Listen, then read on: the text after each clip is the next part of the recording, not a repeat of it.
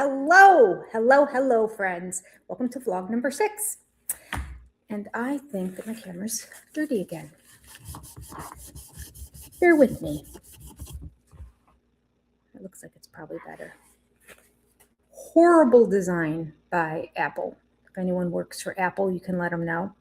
There's a little notch to open your laptop is right in the middle. The other part's flush. And with my case on it too, it's hard to pick up except for where the little notch is.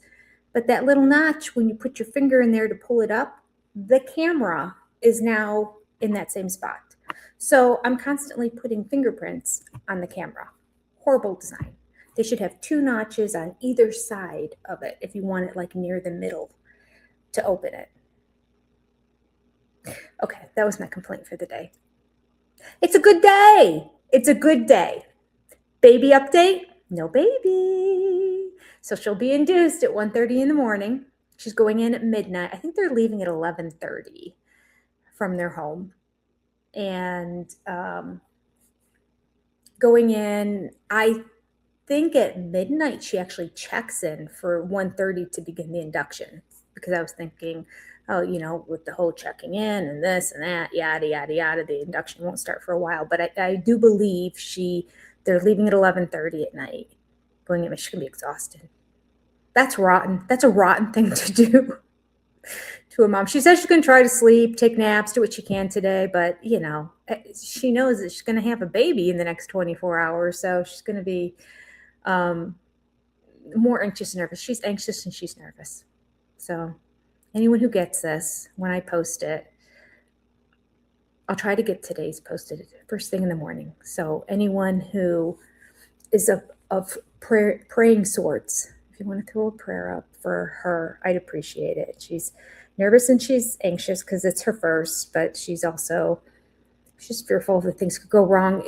She's banned herself from social media for the past couple weeks, which is good because she'll tell me all these horror stories. And I'm like, I don't think that happens very often. If ever.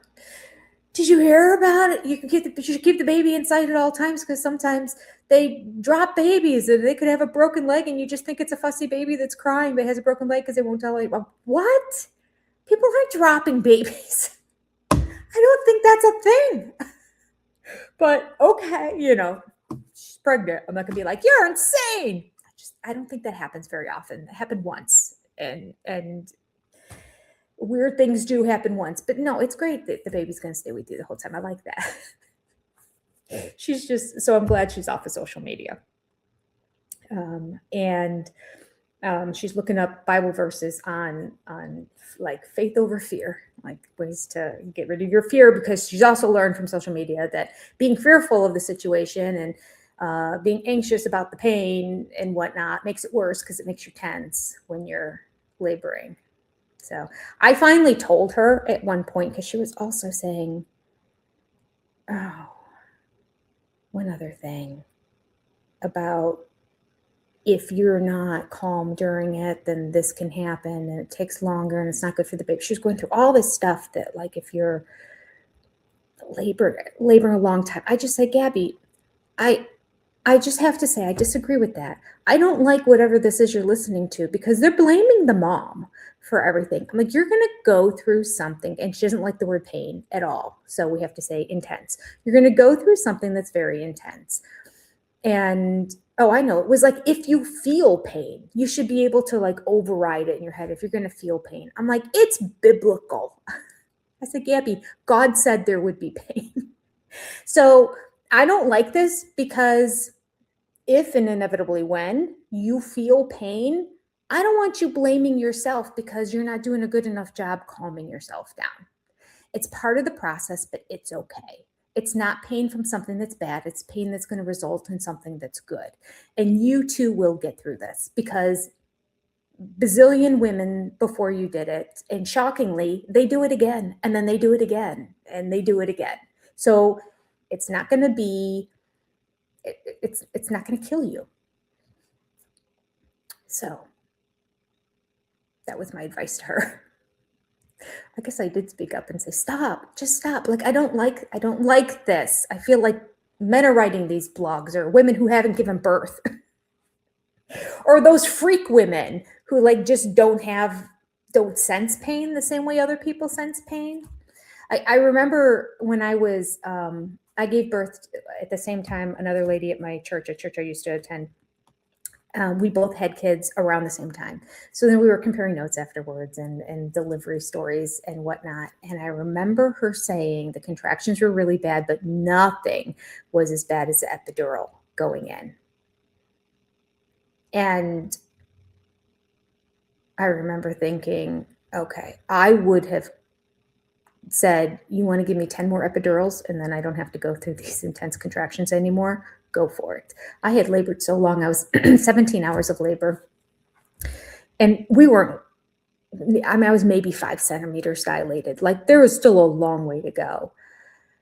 And so I got the epidural. And yeah, I mean, it hurt. Not like the contractions. So I kept thinking that is a stable, controlled element. You get an epidural, you get an epidural. It's the same needle. It goes into your spine. That's controlled. Saying how much do your contractions hurt is more ambiguous and subjective, right? So now I know my contractions hurt a lot more than hers because they were way worse than that epidural. And she thought the epidural was worse. That's how I figured it out in my head anyway. So I'm like, okay, so everyone's perception of, the feeling of contractions are going to be a little bit different.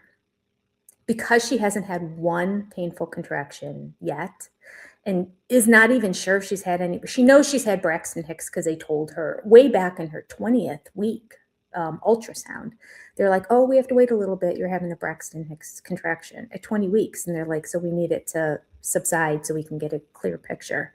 She's like, oh, I am. She's like, so I know I'm having them because I had them all the way back at 20 weeks, but I'm now, like 41 weeks and I don't feel like I have them, but she feels her placenta is anterior. So it's in the front of her belly. So it took a long time before she felt the baby. And so that was giving her anxiety, of course. And then the doctor let her know your placenta is anterior. So it's between like your belly and the baby. Whereas, if it's posterior, anterior, I guess those would be the other options.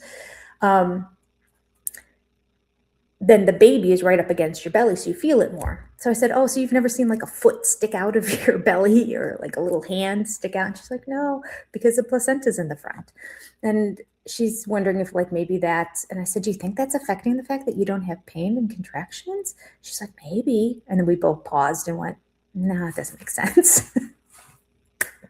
But she was having tightness at the time. And she goes, I feel like this is the baby moving. Because every time I've kind of felt this tightness, I felt like he was moving. And I said, well, the tightness, that's really what a contraction. I said, I think you're having a Braxton Hicks contraction now. So something's happening. She's like, I'm thinking that maybe I'm just one of those people that like, I just don't sense the pain and I'll go in and I'll be ready to deliver. I'm like, yeah, I don't think so. Don't get your hopes up that high. I know that I labored all night long. I couldn't sleep all night long because they kept waking me up. And I was every 2 to 3 minutes. So they were close, but I waited till 8 in the morning because I figured the doctors aren't going to be there anyway. And let me get close. Maybe when I walk in, they'll say, you're in transition. You can start pushing. No, I was 4 centimeters dilated. I had been 2 centimeters dilated for the 2 weeks leading up to when I went into labor. And then all night long, all that was keeping me up, that I was breathing through, and all the pain of all of that. And I just remember the drive to the hospital. I felt like my husband hit every pothole. He swore he wasn't, but it felt like it. Like any little bump in the road. He goes, I'm driving like an idiot, Jenny. He goes, I'm swerving. I'm going to get pulled over by a cop, I'm sure. And I'm like, that would be great because maybe they'll just give us an escort to the hospital and they can bill me later for the ticket. It just, every little bump felt like daggers in my butt. Like I thought I'm done. And when they said you're 4 centimeters, all of that just got me 2 more centimeters. I thought, you gotta be kidding me. So I didn't want her to get her hopes up that she was going to walk in and have to push. And they're going to be like, you're not dilated at all, honey. But they do want to get the baby out because he's big. And so like he's now starting to get at the doctor feels the risk of a C-section. So I'm on board with that too. And I told her my inductions were not bad. It was not bad. Her natural, not natural, but her natural labor was far worse than when I had an induction with one of my 3. All 3 are very different labor stories. All right, so I'm getting ready here to do speech therapy. I got everything ready, but I was going to open this up. I have 2 packages over there too. I'll open them with you. I'm going to have to stop this because I'm going to have to start doing my therapy soon. I got 2 Amazon packages. And then when I went to get them, a FedEx truck was here. So I left the front door open, hoping they just stick it in the foyer because I knew they were my ceiling fans. My 3 ceiling fans arrived. But definitely the electrician's going to put those in. I mean, I figured I could probably figure it out because I was going to replace ceiling fans in my kids' bedrooms back at home. But then I thought, why? I'm doing so much. Why? And it's electrical. I'm not always here. I just need to make sure it's done right. Somehow I feel like at my house, I'll stop a fire from happening if it starts. I don't know. The logic doesn't apply, really. But I am glad I have enough foresight to say, pay an electrician. And then you don't have to deal with holding it up and all of that. Like, my upper body strength is awful. Has been my whole life. Terrible. And since I've been down here, I have not lifted one. I don't have any weights, but I haven't done anything. I mean, I've lifted a lot of furniture and hauled it in and done that. So I've done a little bit of, but I haven't done any I haven't done my wall push-ups that I'm supposed to do every day. That's on my phone. I have an app on the phone. I'll talk about that another time, of things I'm supposed to do every day. 40 squats and 40 wall push-ups. Not a one. So I decided to just read some of the instructions that I figured, like, maybe between the 5 minutes between my therapy sessions, I can run and do a little bit more. And if I can chip away a little bit, I'll put the garage door one on first, because if I screw it up, it's just the garage door. I opened it up and it says, easy setup in 3 steps. Oh. Here are the 3 steps. They have QR codes you're supposed to click on. One is download the Acora Home app. Okay, well, if that's one of the steps, this should be the easiest thing in the world to do.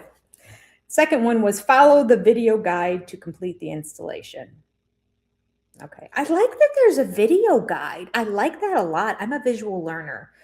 I'm not fond of all of these Chinese instructions of basic things, but not really showing you where things go. And I'm like, so does that mean that that leg goes there, or that bolt goes with this one, and that bolt looks like the same size as that, but I have 2 different size bolts. Which one should I don't like those really ambiguous instructions. So I'm very happy there's a video guide to install it. And then step 3 is check the online manual and complete the calibration. Okay. I have a feeling that video install video might possibly have a lot of steps involved in it too. Make it seem like it's so easy. Oh gosh, math. Math is going to be involved in this. Oy vey. Well, at least they have these little guides. I think that's probably going to be a good thing. I do like the instructions, wherever this came from. This is the thing I was talking about, and it's probably what they're doing is showing you have a circle hole, but we have a rectangle. Make a circle. I'm thinking, my guess is that maybe it's Europe, kind of like how our outlets are different. Maybe in Europe they don't have circle door things, that they're all rectangular. All of you in Europe, let me know. Or anywhere around the world. I know I have people in Finland and Norway, Australia. I think all the countries. And then, of course, Europe. We have Germany. And okay, so this is going to be the actual lock that goes on the inside. So you can lock. Ooh, did you hear that? So you can lock and unlock the door manually from the inside. Okay, that's what that is. What time is it? We'll at least see what our pieces parts are here. Oh, I don't like the sound of that. I heard a lot of jingling.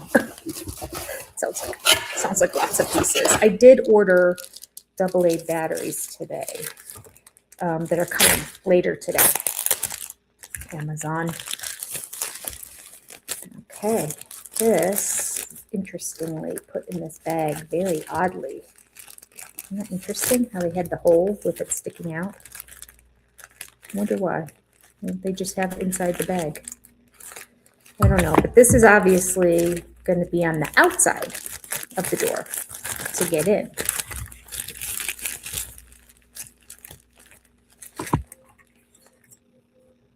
Yeah, there you go. There's a keypad. I wonder if it doesn't matter what side. I hope it's not an issue of what side of the door. I didn't think about that. I didn't see an option for choosing if it's a right handle or left handle, because the handle's on the right.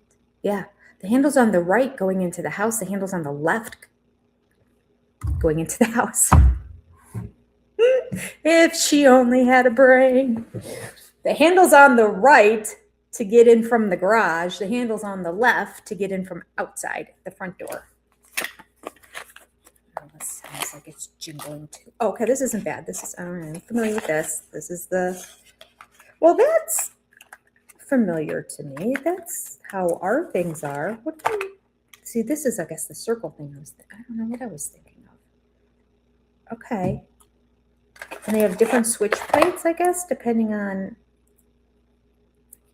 the different kinds of doors. They look the same. Whoa, oh, one has got a square corner, one has a round. Oh, wouldn't that be nice if they have 3 different ones so you can match it up perfectly to your door? Oh, there's 2. Because this one will go in the door. These will go in the door jamb. But they have a square and a circle so that if it doesn't fit, like if they just made it square, but you have a rounded corner, then you'd have to chisel that out. I wonder if that's the chiseling the guy referred to that you have to do. All right. So then this is going to go in the door too. And then all the, oh, there's another one. No matter what size, it should fit, right? Oh, this is the this is the square versus the round on this side. So this is square and round, and this is square and round. I just don't care. This is, you know what? I might have to turn this into a video of how to put your door together. And there's all my screws. It makes it seem like it's really easy, but there's another box. All right, this is just the handle to turn. Okay, that goes on. I can put that there right now. Sorry if that noise is loud. We're going to find out what that is. A tool to do something. Looks like to pry something open, doesn't it? Doesn't it look like you're supposed to pry something open with that? Come on. Oh, they had 4 batteries in there. I didn't have to buy batteries after all. Well, if mine come, I might use my Duracell ones. This just is Pear Deer Industrial. Makes it seem like I want them to last a long time, and it does get cold, and I know that drains batteries, so I might save these and just use them in stuff around the house, and then use my Duracells when they come. Or if they don't come till late tonight, I'll just put those in. Call it good. All right, so we have one more thing. What is it?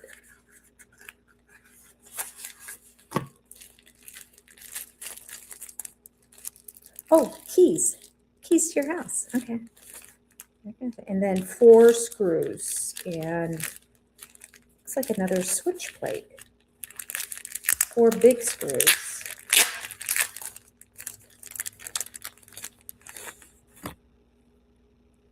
And this. Just going to go somewhere. We're going to figure it out. Yep. All right. I'm going to make a recording. And, oh, look at these tiny little itty bitty screws. They're so small. Okay. I don't know what this is, but we're going to figure it out. I'll do this as a separate video. I'll do the install your keyless entry door system. It's keyless, but it does have the option to use keys. Oh, I do remember that being one of the features of this one, I believe. Okay. I really have to go. I have 3 minutes before my therapy session starts. Talk about cutting down to the wire. It's kind of like the gas in the tank, right? This is my life. She wasn't coming out of the truck with my ceiling fans right away, and I had pajamas in my hand because I came down to open the door, and she was taking a while. So I ran back upstairs to stick them in my closet in the cupboard where they belong and come back down again. And as I was doing it, I'm like, you're going to miss her, and you're going to carry these really heavy ceiling fans in. I didn't miss her. Well, 2 of them were on the front porch. She was walking up with the 3rd one. So I just put my arms out to take the 3rd one. And she's like, oh, I need to put it down and take a picture. I'm like, oh, okay, I understand. She goes, but then I'll help you get them in the house. And I said, no. I'm just moving them into the foyer here. That's fine. I said, you go, get things done, get home early. Don't carry them in my house. And she's like, I got a lot more to do. I wish I could get home early. And I said, all right, well, I hope it goes quick. Enjoy. She was sweet. And those ceiling fans are not heavy at all. They were a decent sized box. There were 3 of them. Got identical ones upstairs. All 3 the same. First, I wanted them all unique and different, but I'm like, no. I like the wood accents in here, as you know, if you've been following along. And it's the exact same ceiling fan that they put in the baby's room. His room is sort of country animal, country. Well, I will just say country, I guess. It's like cowboy boots and, but then there'd be like what are those called? I can't remember the name of them. The cows that are in vogue now that are kind of furry. But anyway, they went to Scotland. He's not from Scotland. His family's Scottish. Anyway, they went to Scotland last year. And so they saw them on one of their tours they took up in the northern part of Scotland. So there's a picture of that. And there's a picture of a dog laying on top of a cowboy boot. And so there's like animal stuff and cute stuff. It's cute. So they put this brown ceiling fan in there, and I really liked it. Adam said he loves it a lot. And it has a light, and it has all these different settings, and the remote you can control it by. And I wanted to get one with a light because I wasn't going to, because there's plenty of light in the room. So I'm like, I'm just getting a ceiling fan. But there's 2 light switches. And they put 2 light switches there so that when you have the ceiling fan, you could use one for the light and one for the fan. I don't know how that works with the remote and all that. I'm just going to have to talk to the electrician. Another reason why I had the electrician install it. I was going to talk to him and see what he recommends. Okay. I need to run. Officially, she might be in my classroom already. Look at me, being late. Love you all. I'll be back as soon as this therapy's done, because then I have an hour break. I'm back. Well, what a day it's been. I started putting a door lock in. Power lock. Well, I started putting it on the garage door first. And it really wasn't until I absolutely could not take the screws out of the door over there that I gave up and said, I am going to do it. It's the most crazy thing. There is no opening on this. I got this screw. I have another one over there, which I'm just going to leave there for now. Out of this package. Okay. And now I can't put it back in because it won't let me for some reason. All right, I'm going to try to put this together. I apologize. I'm talking to myself here. I decided to put this automatic keypad lock on the garage door first because I figured that's the least important. I screw it up because, again, trying to save myself some money and not have the electrician do it, and it has nothing to do with electricity. So there's that. It's battery operated, so I'm like, I should be able to figure it out if it's battery operated. It's not hanging from a ceiling like a ceiling fan or anything like that. I can do this.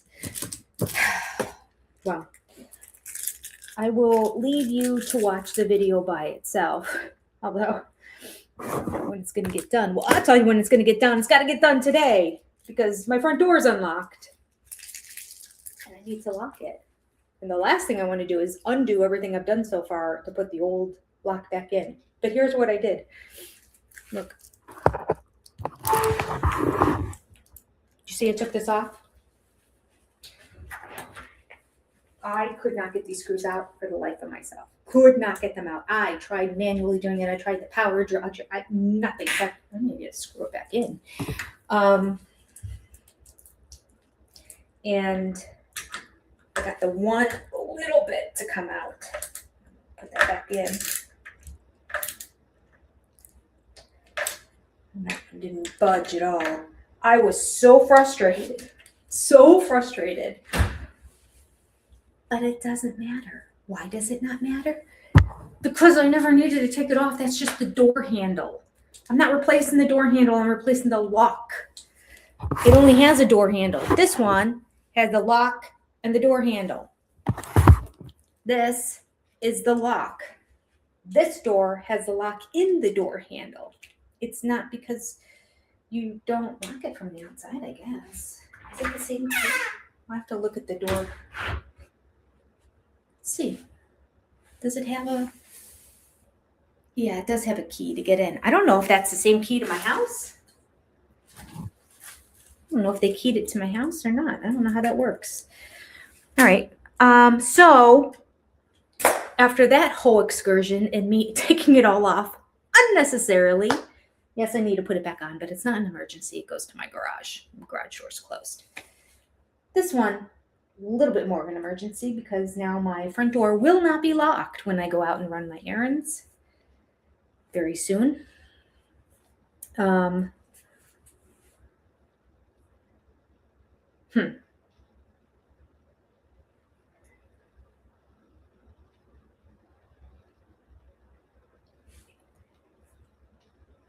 But not too soon. Okay, what a day. Right when you think you're making progress, I got to the very final step too. The very last thing I have to do is put these screws in and then pair it with my iPhone and do all that stuff. But that's not any of the manual stuff. I apologize. I'm all over the place. This is awful to watch. I understand. So I started doing it and I had this break between classes. Or I started it in the morning before the class, and then I did a break between classes, and I came and I was working on this, and I had all kinds of issues. There's caulking holding the switch plate to the wall, and I had to get a knife and some other stuff to dig out all the caulking so I could get the switch plate off. All right, anyway, I'm going to put it all in the other video. So we are, I think, 90% of the way there. I don't know how long the pairing is going to take because we're only about 2 minutes into the 6-minute video, but it can't take that long. It really can't. I think that the putting it together, and I'm very excited. I think it's going to work. As I'm talking to you, I'm going to take a screw out of it. There we go.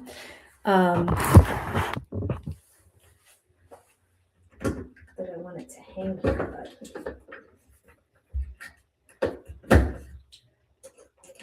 the other side is in really well.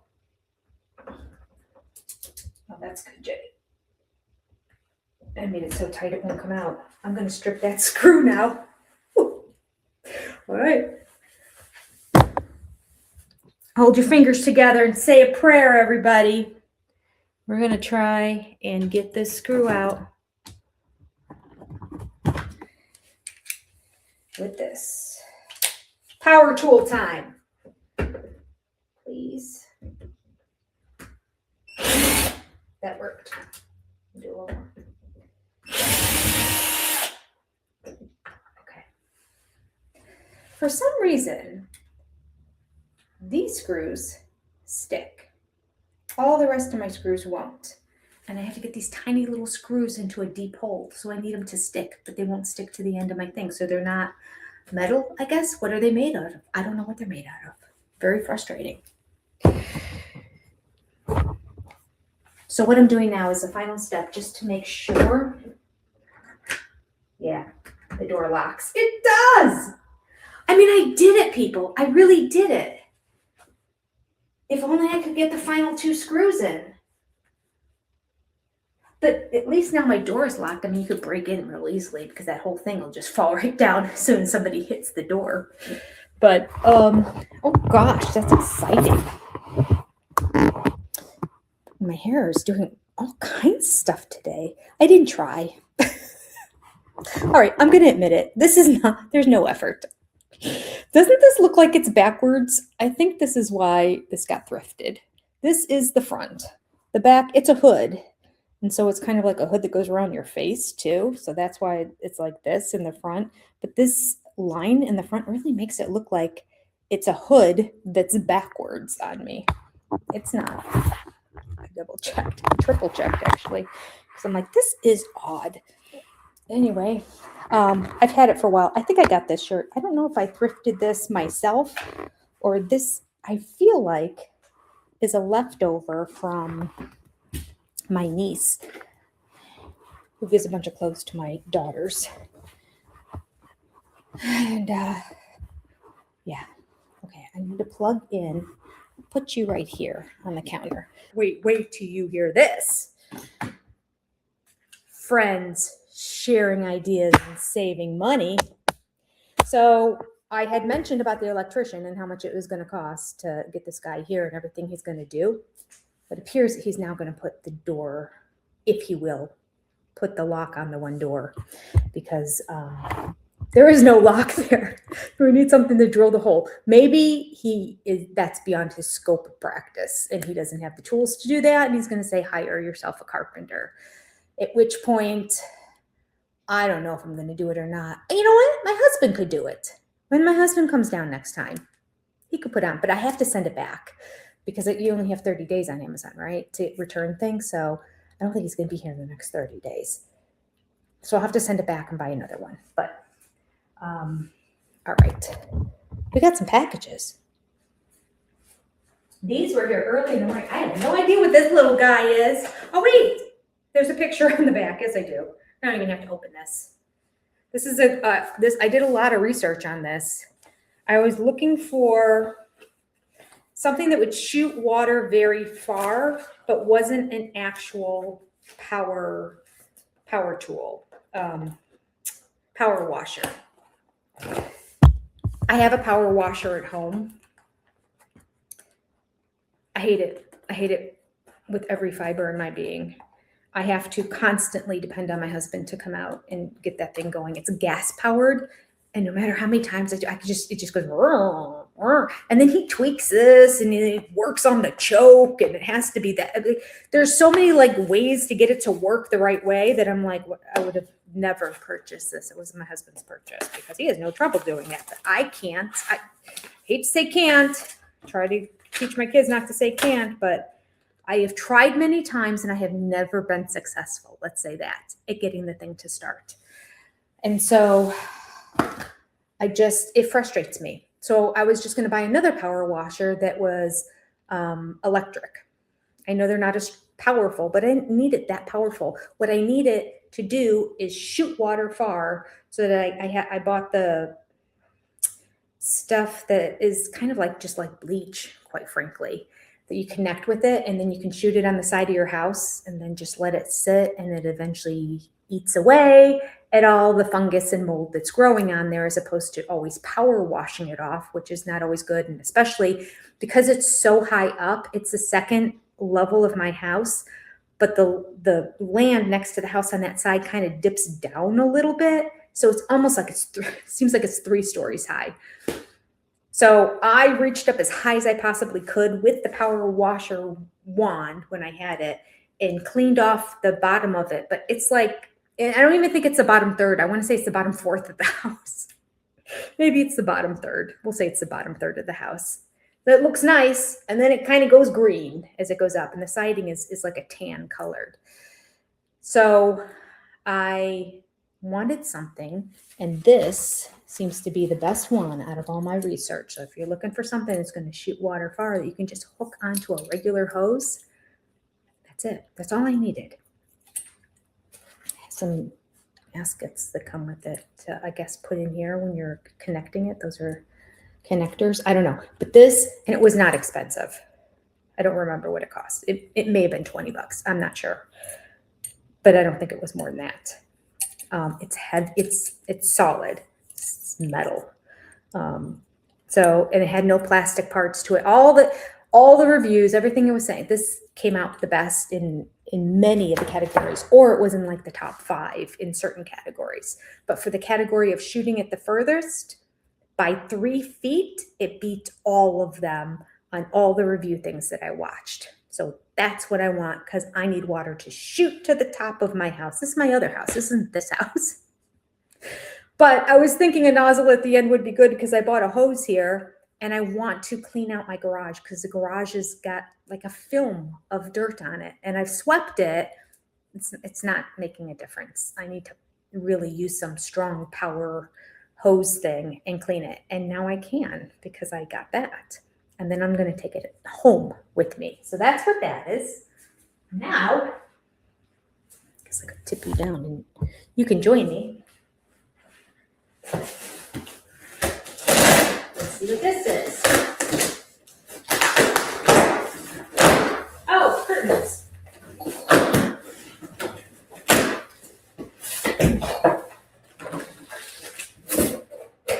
Oh, good. The hardware for my chairs that are just sitting on my couch that I need to put together. Very excited about that. And this is the other set of hardware. These are the 2 hardware things I need. And hopefully, if I did it correct, this is all I need to put those 2 chairs together. And then I will be done. I'll have all 4 dining chairs.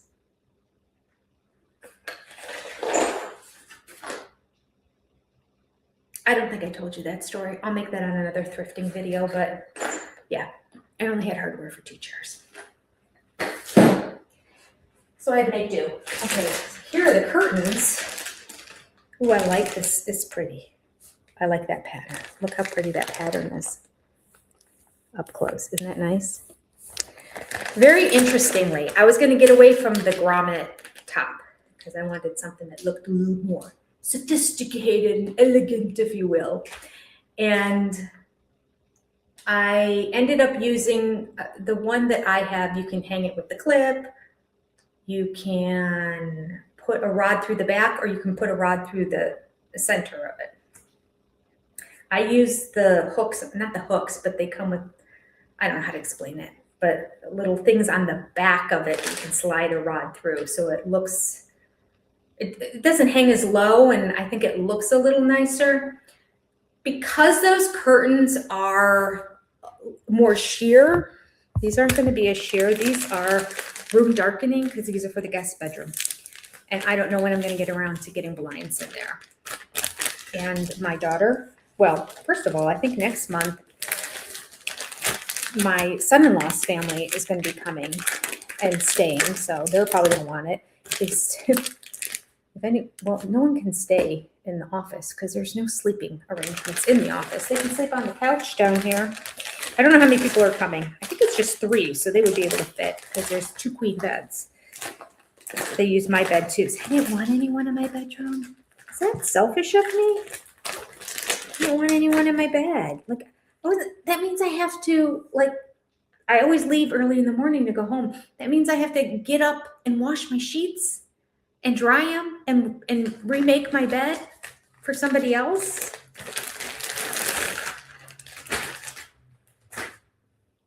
I'm being selfish, aren't I? I know I am. These are nice. Really nice. Nicer than I expected. So I wasn't going to get the grommet because I just figured that they're kind of like more early 2000 look. Like we've moved beyond it. But clearly I'm going to have to do some ironing. Look at these creases. Holy tamales. That is creased. But nice, huh? It's room darkening.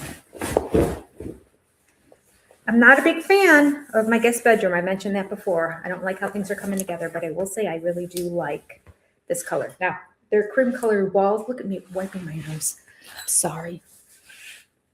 I was outside working on the thing. Whenever I go in cold, my nose really drips. I thought I might be allergic to my cats, but my nose has been running down here too. So I'm allergic to something else. Maybe I'm allergic to me. Wherever I go, my nose runs. I have issues. So there's a lady, I can't think of her name, but she's an interior designer who does quite well in California. And she has a channel and I like her. I mean, she does high-end stuff, yes.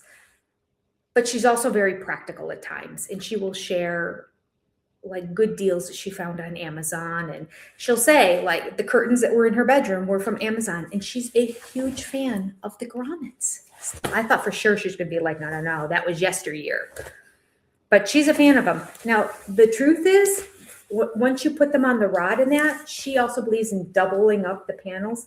The reason she's a big fan of the grommets is because, as you can see, if I put these all together on my finger here, once you put them all together, you don't see the grommets.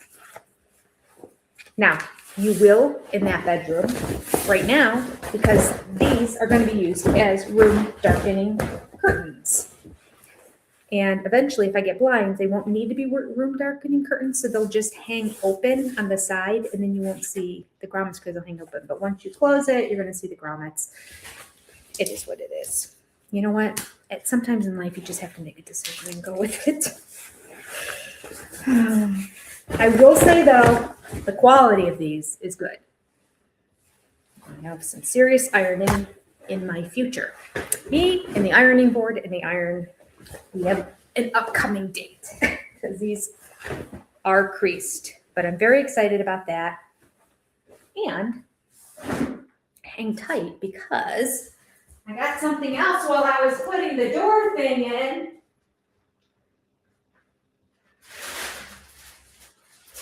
It came from Amazon while I was trying to get my door thing, which I guess still isn't done. I thought I ordered two. Maybe not. Maybe I ordered one to see what it looked like, and then if it worked great, I was going to order another one. But this is the rod. Now, in my bedroom, I did semi-sheer, not completely sheer, but it's a similar pattern to that. It almost has that basket weavy kind of texture to it. But there is some light that goes through in my head. Every intention in my bedroom to do the up, down, down, up lines. I just haven't gotten around. I did the measurements. I did the measurements last time I was here, last month, and they're in my phone. I just haven't had the time to sit down and order one. So I need to do that at some point. I've gotten really good at changing in places where you can't see me, like going into the bathroom and having the lights turned off when I get into bed at night. I don't think you can see me anyway, but you might.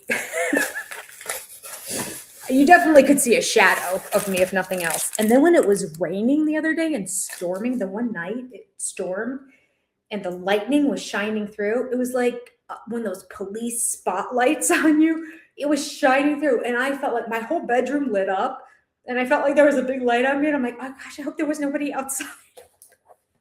You saw me laying here in bed. Who cares? I was just laying in bed. It doesn't matter. All right, so I got a black rod. I was going to show you the end of it. Kind of excited to see it myself. Because in my bedroom, I didn't go with a black rod. I went with a cream colored rod to sort of blend in with the cream curtains and the cream wall because I just wanted it to be ethereal, and now it's a vomited creamsicle. So live and learn. For the other rooms, is there something else in there? Doesn't seem like it. The other rooms have black rods. Add a little bit more color. So the electrician, I started saying what I was excited about. The electrician who's coming on Tuesday, this morning I got up and I was reading through the comments from my vlogs because I haven't done that yet. So I went through all of them except for the one I posted late last night or early in I can't remember. I think it was late last night or early this morning. I think it was late last night I posted it. So I haven't read those yet. But it also just got posted and I figured some people hadn't watched it yet. Yes, this is the hardware. And as I'm reading through it, I should do some shout outs. People were telling me, why is my battery going down when it's plugged in? Maybe because it's plugged into this as well and it's trying to make power go through there. I'll unplug that one. Okay. So let's take a look here and see what we have in comments. Aunt Dee Dee said, suggestions on your porch lights, your patio lights, because remember I was going to have him change. I have up-down switches, regular switches, light switches for the front porch, also for the garage, actually, and the back porch. I was just going to have the front porch and the back porch change to these light switches that I bought that have dimmers on them. And then I also had to buy a different switch plate because the dimmers are wider. So they look like this. Mr. Electrician was going to install this in place of a light switch, and it has a timer on it. You set the timer for the different times you want it to turn on and turn off. Aunt Dee Dee says, suggestions on the patio lights. We use dawn to dusk lights on our light post, front porch, and back patio. No electrician needed. So far, they've lasted over 3 years. Just a suggestion. A great suggestion. Okay, she's not the only one. Let's see.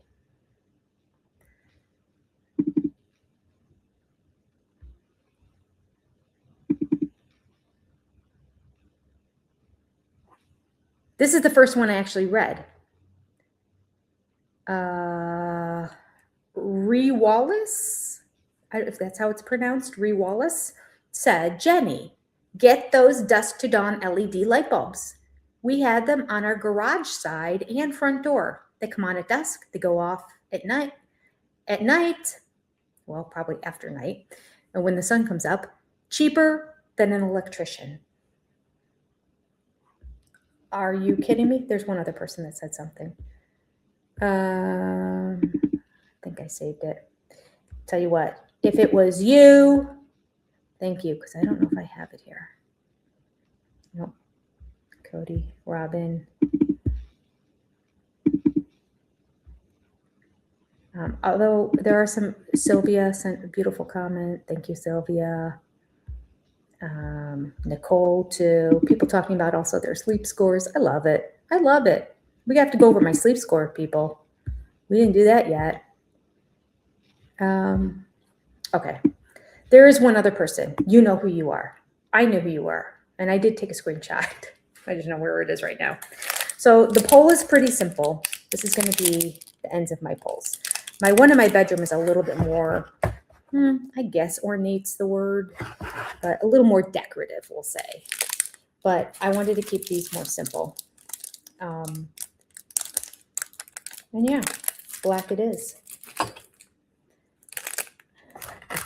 And I was going to also make them a little bit wider. I measured it so that I could hang them a foot out on both sides and all the way up on the wall to just make it feel like the windows are bigger. I also learned that from the designer lady. Go out a good foot.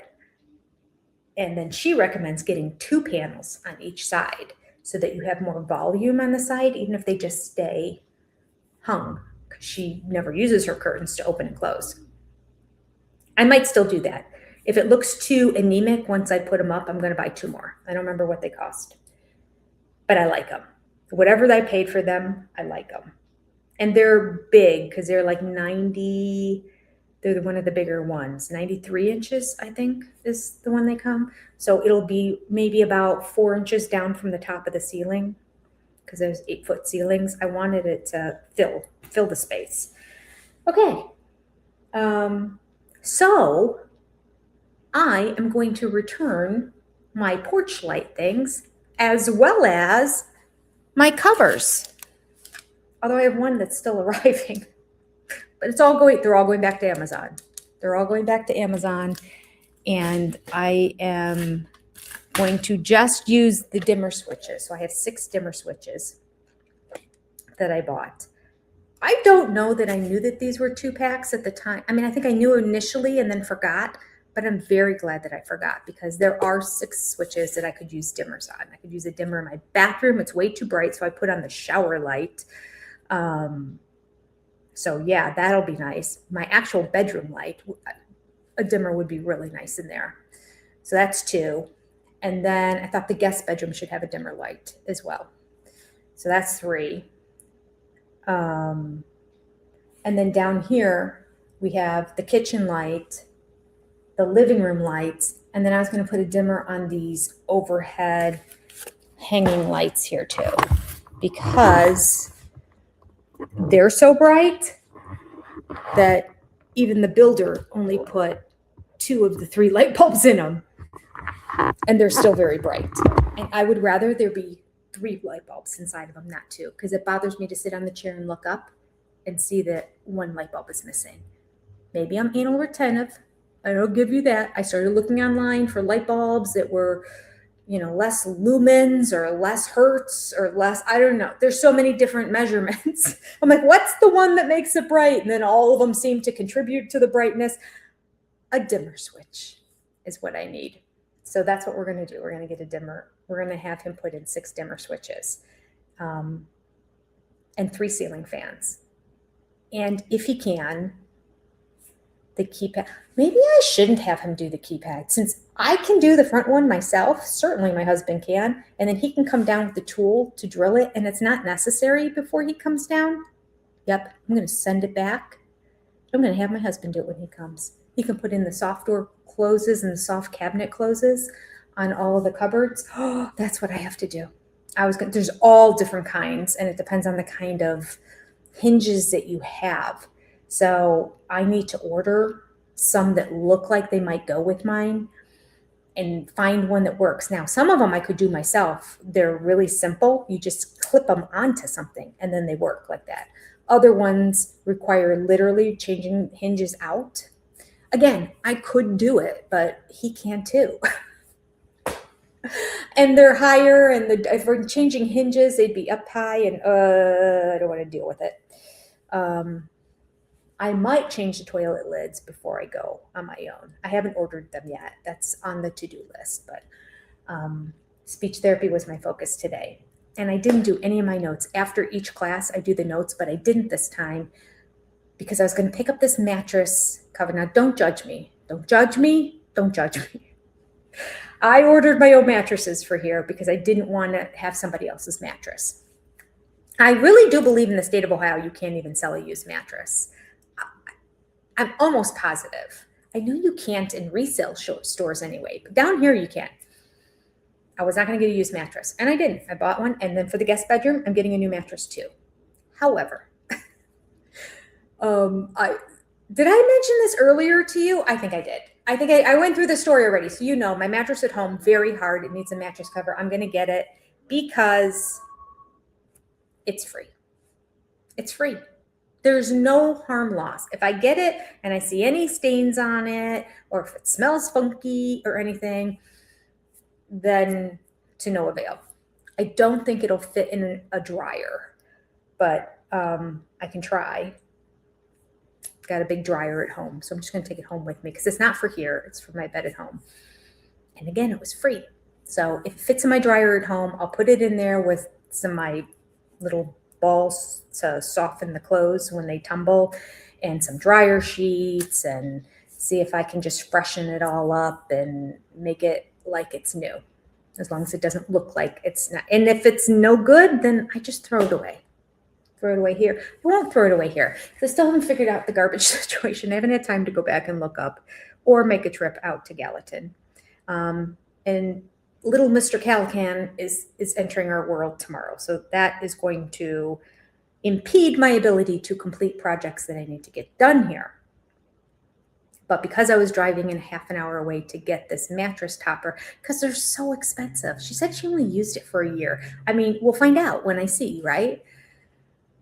But if indeed, it's totally worth it to go get it. But it's a half an hour away. So what I normally do, I look on Facebook and I try to see if there's something else that I can get through Marketplace in the same area. Well, I found 3 more things in Gallatin where I live. So I got 3 stops to make before I even head out there today. But I'm excited about getting those things. I can't even tell you what they are. I don't even know. Excuse me. If I sneeze around that baby, my daughter will Crucify me. Okay. But then I found one thing up there that I really want. They were asking way too much money. It's 3 shelves plus a board with hooks on it for bathrooms, like everything you need for bathrooms. And I need to, there's no logic behind the towel bars that were put into the bathrooms. So I actually think this would go into my bathroom, although it'd be very nice if I put it into the guest bathroom. That would be kind of me. No kind. Oh, one of the things I'm picking up is a brand new, unused, rust-free, stainless steel, curved silver curtain rod. And the hardware in there right now is all silver. So I want to warm it up. That's why I think the shelves they kind of match this floor. They're sort of like that birch wood coloring. I really like them. But you wanted like $90 for the 3 shelves. It's not the end of the world. If you bought them new, you could get 3 shelves for, I don't know, maybe $50. But the 3rd shelf was like a box. And then they showed it with like all the rolls of toilet paper inside the box. And it just looked cute and quaint, and I liked it. And then on top of it, it had a piece of wood with like 3 or 4 hooks in it to hang the towels. I like that too. I like hanging towels really over folded towels. I would, as guests come, I would have folded towels on their bed, and then you use them and then you hang them on the hooks because they dry better when they're hung that way. So maybe I would put it in the guest bedroom. I don't know. I like to hang my own too, so it would be great in my bedroom. I mean, my bathroom. Anyway, I don't have it, and she hasn't responded yet, and I just said I'd go as high as 40. I figured it's 4 pieces. $10 a piece is a good deal. And she probably got it pretty cheap. That'd be my guess. So I'm hoping she sees it soon, because I said I will come this evening and pick it up. You know, I'm gonna drive all the way down to Old Hickory where my daughter lives, and I'm staying there for a couple days with the cat. I don't know how much I'm gonna be there and how much I'm gonna be back here, quite frankly. The cat sleeps most of the time during the day, but at night she likes to sleep with me. So I'll definitely be there at night, but during the day I might be just driving back here and doing stuff. In all honesty, my eyes itch. Maybe it is allergies that are going on. Guess I already figured that out. I just don't know what they are. All right, let's do our sleep score. It was good. It says I only slept for 6 hours and 38 minutes, though. I got to work on that. But it's high. I had an 82. I felt like I slept well last night, so I'm surprised it was only 6. But you know what I think that is? It's because I don't have the blinds right now, and a lot of light comes in that room in the morning with those 3 windows, south facing. If the sun is out, it's like I'm okay, and I feel like I could sleep more. But if I even open my eyes for a little bit and I see how bright it is, and because the room has the creamsicle that vomited in it, so it's so cream and light, and the light reflects off of it, it just instantly hits my circadian rhythm and says, get up. I did go to bed early last night, though. Well, I did, but then I was doing some work on my computer. I really didn't go to bed. I was going to say I got to bed by like 8:30, before 9. Like 8:30 I started because I was just feeling like I'm exhausted. But then I sat in bed and I did work until after 10. But high, it doesn't matter because it is a high sleep score. All right, let's take a look. Let's look at the deets. The duration, 42 out of 50. Not bad. Admirable. Like it. 6 hours and 38 minutes. My doctor would not like that, but the fact they gave me a 42, I'll take it. Somebody on Facebook just sent me a photo. I don't know what that is. Oh, maybe it's a Venmo thing. Okay. My bedtime, I was only 16 minutes later than average, and they gave me 30 out of 30. Yes. Apple liked me last night. 30 out of 30 on my bedtime. I should have gotten 31 out of 30 if they realized I really was in bed by like 9:10. That's okay. I went to sleep, I think, around 10:30-ish.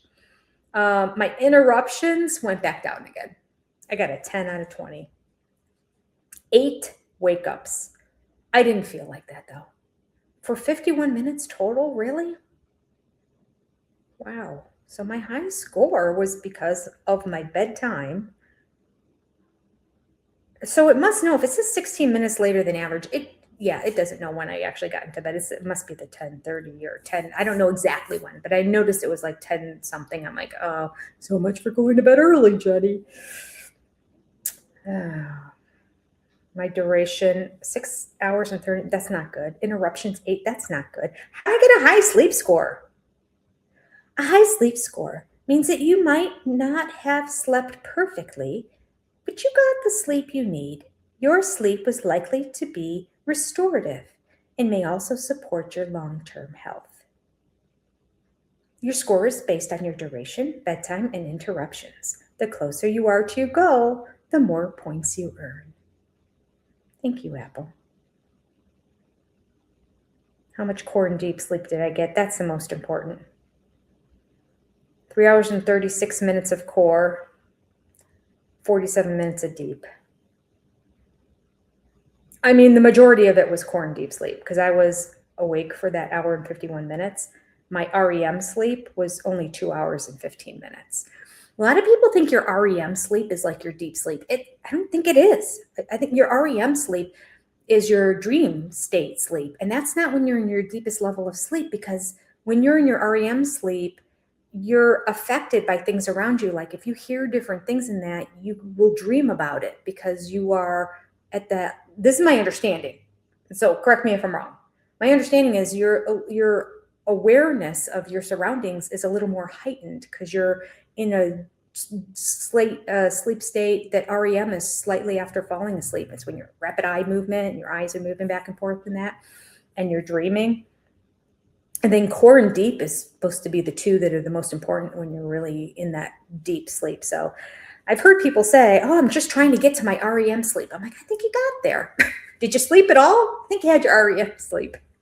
So interesting. I should look that up before I put that out to all of you, but you can write down below if I am incorrect. That's my understanding of it. My understanding is that those people are wrong and that I'm right. And the fact that I only had 2 hours of REM sleep, that's good.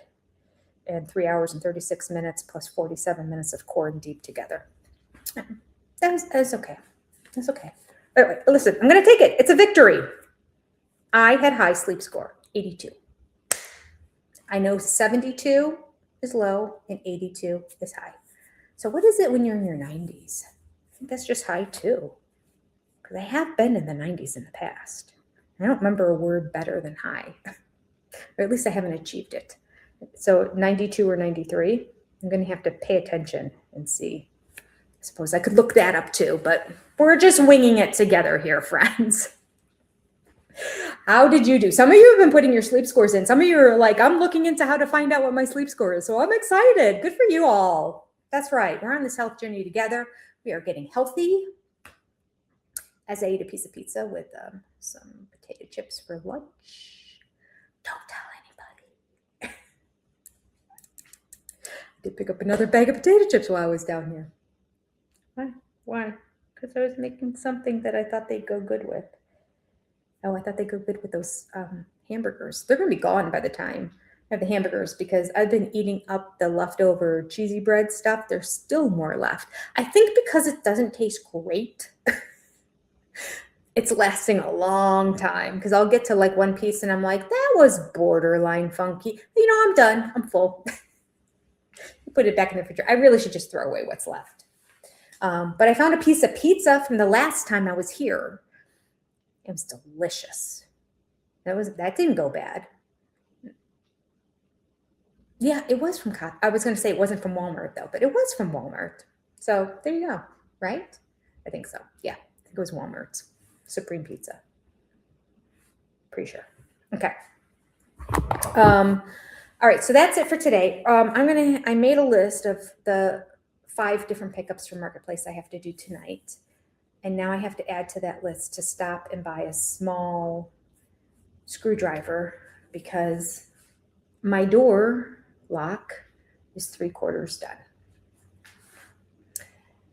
I think I said that in this video already. You know what? It's like Groundhog Day for me. I don't know which is the video where I'm recording how to do the door lock and which is I'm not how to do a door lock. Isn't that funny? Like it's a how-to. It's a Comedy Central.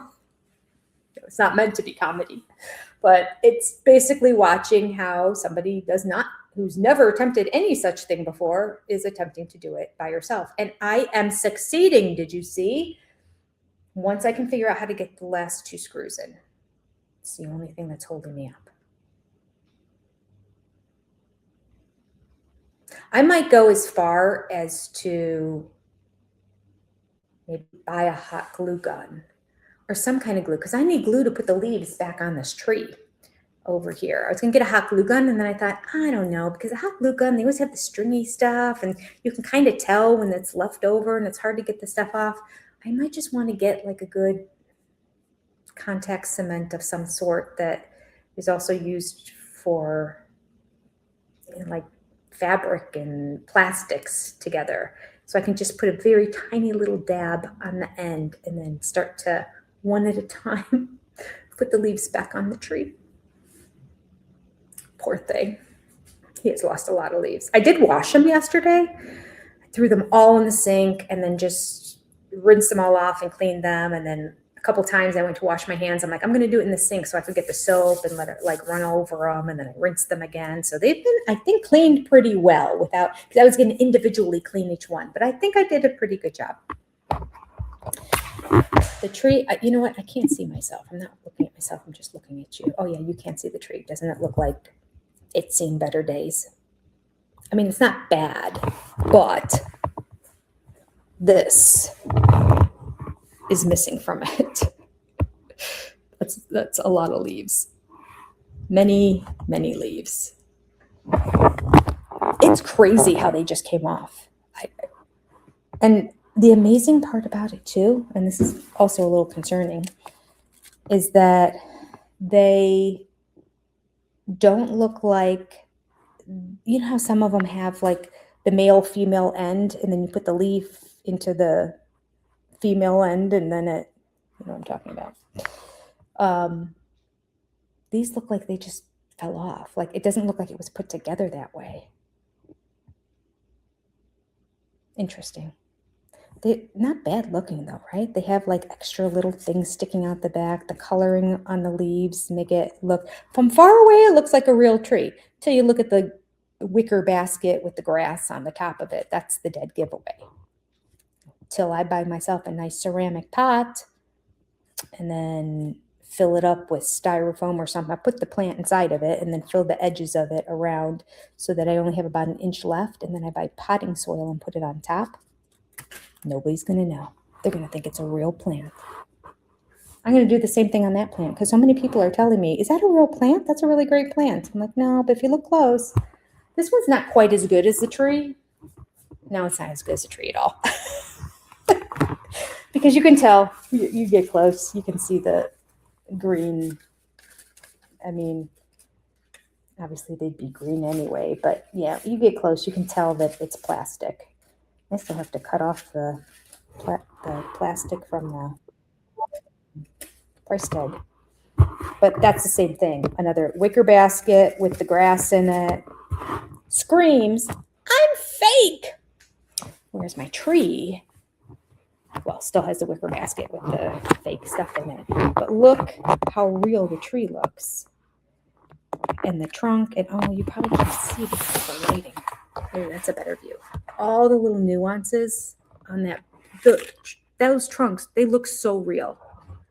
I love it. And did I show you this before? How they have them like little areas where it looks like branches were cut off. I don't know if you can see it. Oh, there it is.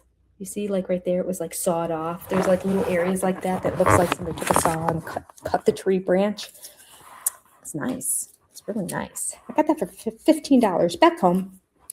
That's the problem. I have one more to bring here from back home, so I now know to be extremely gentle with it in the car.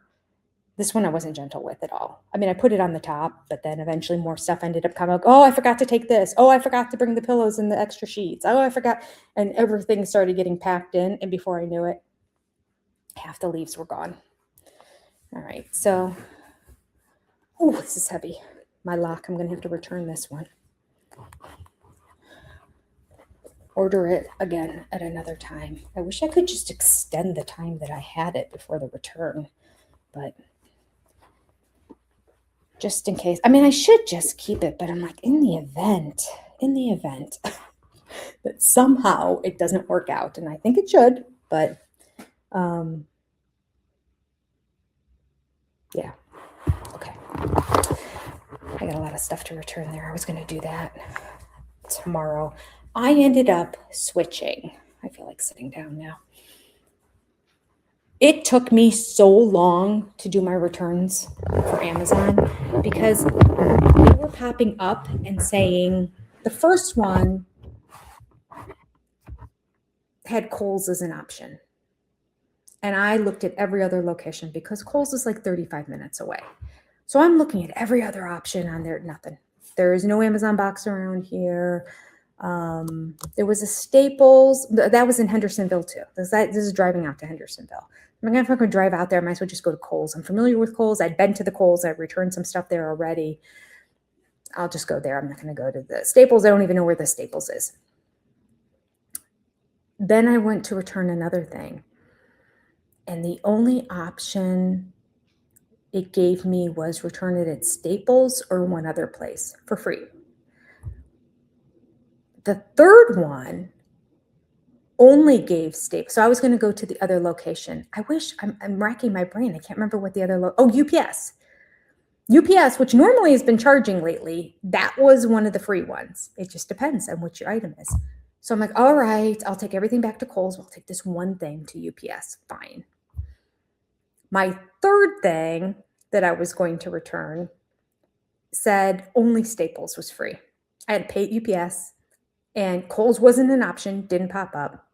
And Amazon return box is not an option. There's none around here. It just says there's none by you. It doesn't even say drive an hour. It just says no. That's not an option for you, even though it popped up as an option. But it just, once you click on it, it's like there's nothing by you. So by the time I got to the third thing, I'm like, I have to go to Staples. So then I had to go back and cancel the other things. I'm like, I'm not driving to 3 different locations to return my Amazon stuff. So I had to cancel all the other things. And I said the third thing, it's not the third item, but the third group of things, because some things I could group together and return. I had to cancel everything and go back and start all over again to return everything. And then I was able to return everything at Staples. So I'm praying that when I return that lock, if I return that lock, I should return the lock. I don't know when my husband's going to get down here. When I return the lock, I can return it at Staples too. It'd be nice to just do everything in one trip. Because I'm going to be staying at my daughter's house, I have to find a Staples by her because Hendersonville is further away from her than it is from me at Gallatin. It takes me 35 minutes to get there, but it takes her like 45 minutes to get there from her home because you have to go all the way around the lake. As the bird flies, she's right underneath it, and I'm right to the left of it. But I'm quite a drive to get into where the Kohl's is. Hendersonville's a huge city, and it dips down in between all these lakes, the Cumberland River or whatever, that is like a serpent going all through it. And from where she lives, there's no bridge to get to it. So she has to go all the way around. And so that's why it takes her 45 minutes to get there. That was so boring for you to listen to. I can't believe I went through all that. Anyway. I'm frustrated. This is what I'm going to do. This is my promise to myself, and I'm saying it out loud to you. I am going to sit down today and write down everything I need to continue to do in my life, because I have got a retreat with about 40 women coming to a scrapbooking retreat right after I get back home, like a week and a half later. I have to have everything done. I have to have all the welcome gifts done. I have to have all the name tags done. I have to have the rooming list done. I have to have everything. I have to make sure everyone's completely paid up. I have to contact everyone. I've done nothing since I've been here. Not true. One morning, I spent 2.5 hours just focused on that. So I have contacted some people regarding questions that they had, but not really. And then some people I just contacted and said, I got your money, just so you know, I received it. Thank you. I created a website for the first time for that. Yeah, I almost gave up the whole business because it's just a lot of work, but I think I can't even imagine how the women are going to react. Like a lot of them have been around since before any of my kids were born, that we've been doing this all together. So to say we're never going to ever meet again, I'm not that close with them. We just see each other at retreats, but it's close enough that I actually feel like I know them more than I know some of my actual friends that I get together with, because they come to all 4 of the retreats I do throughout the year. And I'm like, I have friends I only get together with once every 3 years, every 4 years. So yeah, I know them more, and there would be such a rebellion, and I'd feel so guilty, and I would go back and do it again. So I'm trying to figure out how to make this days and days and days of work, weeks of work, for very little payout, streamline it. So I created a website. This is what takes the majority of my time. I send out an announcement. People send me deposits to hold their space. And then after that, they send their full payment, but they might want extra table space. So they're going to pay for extra table space. They might want to come in the day ahead of time. So they want to pay for their room ahead of time, but I do it on my reservation so they can stay in the same room the whole time. This time we're doing the offer of stay an extra day. Every time I go down to this Amish area, we do that now. So you can stay Sunday night all the way into like afternoon on like 3:00 on Monday if you want. So there's that option you can add on. There's the option of, do you want to be in the upstairs overflow room? Some people really like that room because the tables are actually a little bit bigger, but it's away from the food. Although I told them they could put their own food up on the buffet up there, and they do. Yeah. It's a lot. And so this is what my life looks like. I have 50 people that'll say, did you get my registration yet? I have to go and look. Did I get there? Yeah, I got your registration. So I try to let people know I got your registration. So that's why I created the website. Because you register, it automatically gives you an email that says, thank you for registering. I'm still getting emails. Did you get that registration? I'm like, are you joking? And then I had it listed like, here's all the pricing. I had the pricing in 2 different locations, one on the main page and then one somewhere else in there where it said, I thought I had it set up, and I don't know, I have to look. I feel like it's not terribly user-friendly. I'm using Wix just because it's free.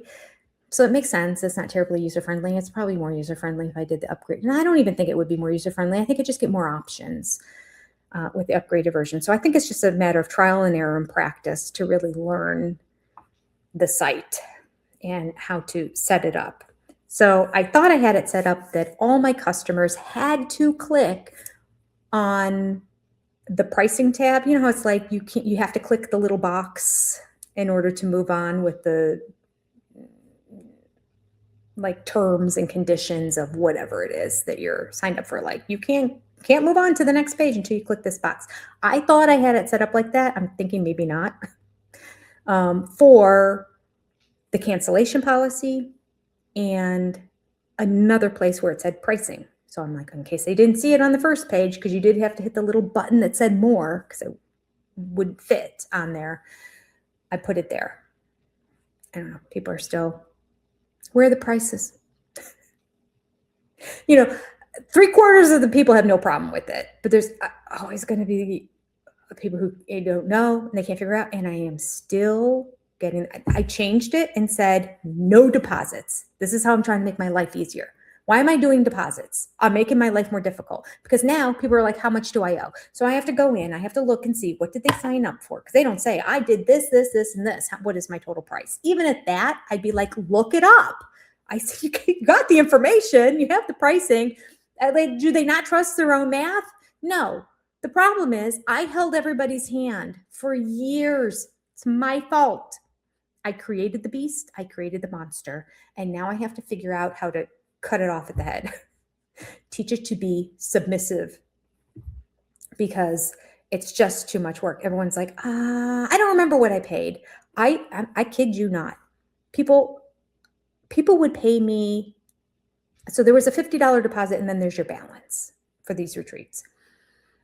And so I'm going, I have to figure out, okay, they got a room, they had two, and then there's different prices. How many people are sleeping in your overnight room? It depends on the price. Oh, they had extra table space. I'm calculating it, adding it all up. And then I have to go look and see if they've paid anything yet. Oh, they did pay the deposit, minus 50. Okay, here's your balance. But I can't just say, here's your balance, because I'd be like, how'd you get that number? So then I have to go on the email and I have to type all that information. You got a room for 2 people for 2 nights, plus you get the bonus night. You're coming in a day early. You wanted the extra table space, so that's plus this amount of money. That's plus this amount of money. That's this plus money. So the total is this minus $50 you've paid. All this I write out to these people. It's like a 15 to 20 minute process for everybody that does that. And a lot of people do it because I let them for all those years. And you know what? I was happy to do it because that was my only job. But it's no longer my only job. I now have 4. So things have to change or I'm going to have a freaking breakdown. The number of emails I have received that said, what is my balance? Your balance is what it is. There's no deposit. Oh, the number of people who sent me $50 and wrote deposit for the retreat. I wrote so big on the website, there are no deposits. Pay me in full when you have the money. It's due by this day. No deposits. Deposits served me in the past because I was still overwhelmed in my life just with my kids and all that. And if somebody backed out at the last minute, I could at least keep their deposit. But it's on me now. Pretty soon, actually. Right around now, everyone's money's due. So I have to put that on my list to make sure I send everyone reminders. The money is due by this day, or it's past due already. Send it to me ASAP. If I stay on top of them and get the money from them, then I'm okay. And I tell them there's no refunds. Just have somebody else take the room. Find somebody else who wants to scrapbook and take your space, and then they can pay you if they want. But I'm not going to deal with it because then they want me to do that. I used to do that too. I'll pay you back. You bring me in. I'm not doing that anymore. And I'm not refunding money at the last minute, even if it's an emergency, because I've paid out the money. But out of the goodness of my heart, I'll give it back to them in the past and just take it as a loss. I don't make that much to begin with on it. So it's stupid for me to do that. But I did just because I don't like confrontation and I wanted to be nice. So now I'm confrontational and I'm no longer nice. Jenny's gone. She's left the building. So it's a process. I think that's partly why I haven't been doing it since I got here, besides that one morning. That's it. I haven't focused on it at all. I've been focusing on this place. Eventually it's going to be like another little business. I hope that's the plan. It just seems like it's a long ways away. This room doesn't look any different than when I walked in. Actually, it looks worse. When I walked in, it was beautiful. From when I left, I made sure everything was just gorgeous. Now, since I've been here, I haven't cleaned a surface of anything. I was looking at my bathroom and going, I'm going to have to clean. I haven't cleaned in a long time. But then all the other things are accumulating. All the leaves for the tree and that project, the chairs that I have to put together, that's sitting over there. All the hardware and everything for the electrician who's coming, plus the door thing that I'm doing myself. Now the curtain rods I have to put upstairs, and it's just a process. That upstairs room is not coming together. I've said that 1,000 times. Okay, I said I think twice. It's not coming together. I'm not liking the way it looks, so we're going to see what we're going to do about it. I might get rid of the nightstands that are in there and just sell them on Marketplace. I guess I could maybe move them to the office because I eventually want to get like a pull-out bed in there so somebody could sleep in there. But my intent is for it to be an office, and there'll be less echoey stuff up there because it's carpeted. I don't know. I don't know if it's the nightstands that are throwing it off, but I didn't get the bed put together because I don't have the mattresses yet. And I don't have the mattresses yet because I first have to measure to see how high the headboard is and from the ground. So like figure out what the normal height is I want to sit on, and then figure out how high the box springs are. That's how I did it on my bed. And then I reversed it from there. I want to be about this high. The box springs this high. Therefore, I only had an 8-inch mattress. I think I have a 12-inch one at home. But I like this 8-inch one better than my 12-inch one at home. Go figure. So I had it at the exact right height. So it's a different bed frame. So I'm going to have to do that again. Also, I'm not going to do it until after the electrician is here because the ceiling fans are in the middle of the room, which is right where the beds are. So I'm going to have to, I decided I'm just going to keep sleeping on these same sheets that I've been sleeping on since the last time I came. I think I washed them once last time. Did I? Maybe not. I think I had a different set that I ended up taking back home that I didn't like. And then I put these on and I like them. But they need to be washed. I've been here for over a week. I was here for a week and a half to 2 weeks last time. Still haven't washed them. Some people wash their sheets every week. Not I. But now I'm like, I'm just going to wait because the electrician is coming on Tuesday. So Tuesday morning when I get up, I'm going to strip my bed and pull up the mattresses and put them against the wall so that he can have access to the ceiling fan, which is right over the bed. I prefer him not drilling things above my bed. And that'll be the perfect time to wash the sheets. Then I'll be better about it. I will wash them more often. At home, I wash them about once a week. I usually wash them on the weekends. I always wash them during football games on Sundays. And when it's not football season, then it's either Saturday or Sunday.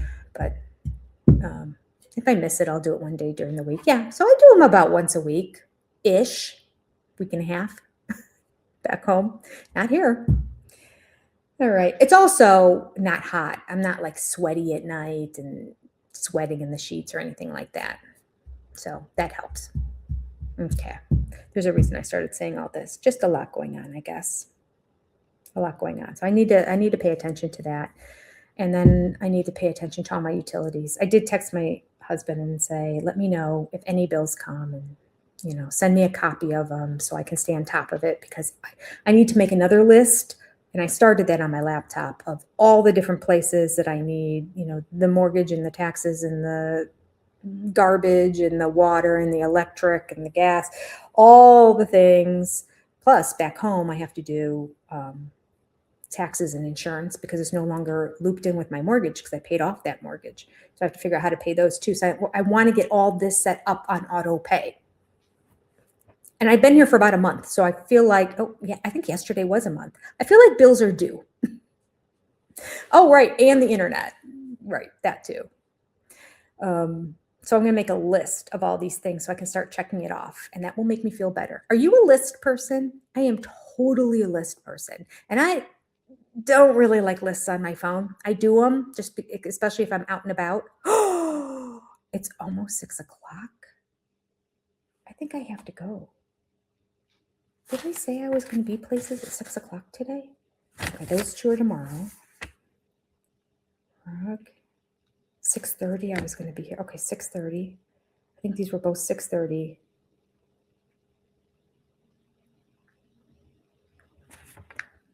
I don't know what times I did on these. I think I have to get going. This one I think was going to be 7:30. That was the one that's farther away. I was going to do the 3 here beforehand, and I think I said I'd be around. But I did tell them, I don't know if I can just do porch pickup. I paid for 2 of them in advance, so those will be easy porch pickups. And then there's another one that said, just leave the money. So I have to get that $10. But it'll be in my purse. I have $10 in my purse that I put under the mat, so she's going to leave that out too.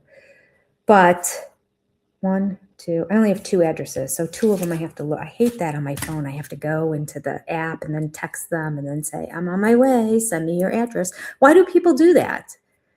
They don't want to give out their address until you're on the way. Does it make a difference? Like, if my whole intent was to rob you, I can still rob you after you give me your address. I just don't show up when we're messaging each other.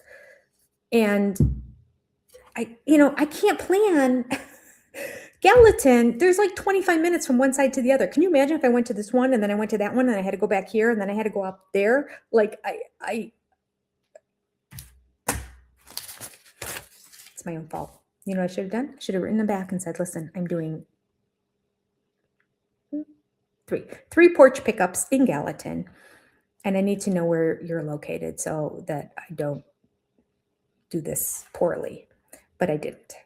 So there you go. Live and learn. Again, my mistake. I will not do that next time. I do know tomorrow the one is in the city right next to my daughter's house, and the other one is the city beyond that. So I know exactly that plan of where to go. Did I tell you what I'm getting today? I'm getting a $5 rug that I think is really cute and might look good in the guest bathroom upstairs. I'm getting pillows for $15, 2 pillows from my bed upstairs because it needs more, and the regular pillow shams don't. Sometimes pillow shams have like a trim on the outside and it makes the whole pillow feel like wider. These don't.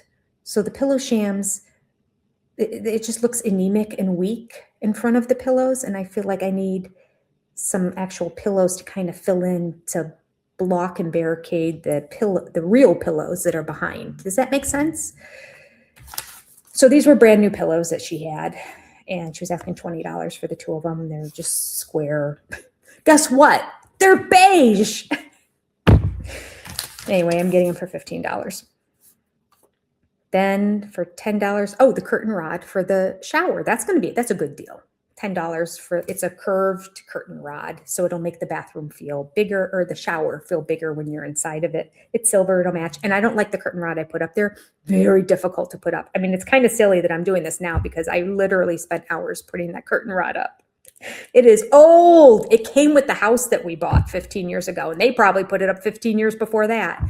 It is not user-friendly. And actually, it's going to be kind of scary to see. I had to like move holes around at times, but it was covered by the plate, so you can't tell. So when I take it down and put this new one up, I don't know. I might be doing some patchwork too. I don't know. We'll see. But I'll be happier with the new curtain rod. So $10 was a good deal on that. And then I'm going to go get my free queen mattress cover.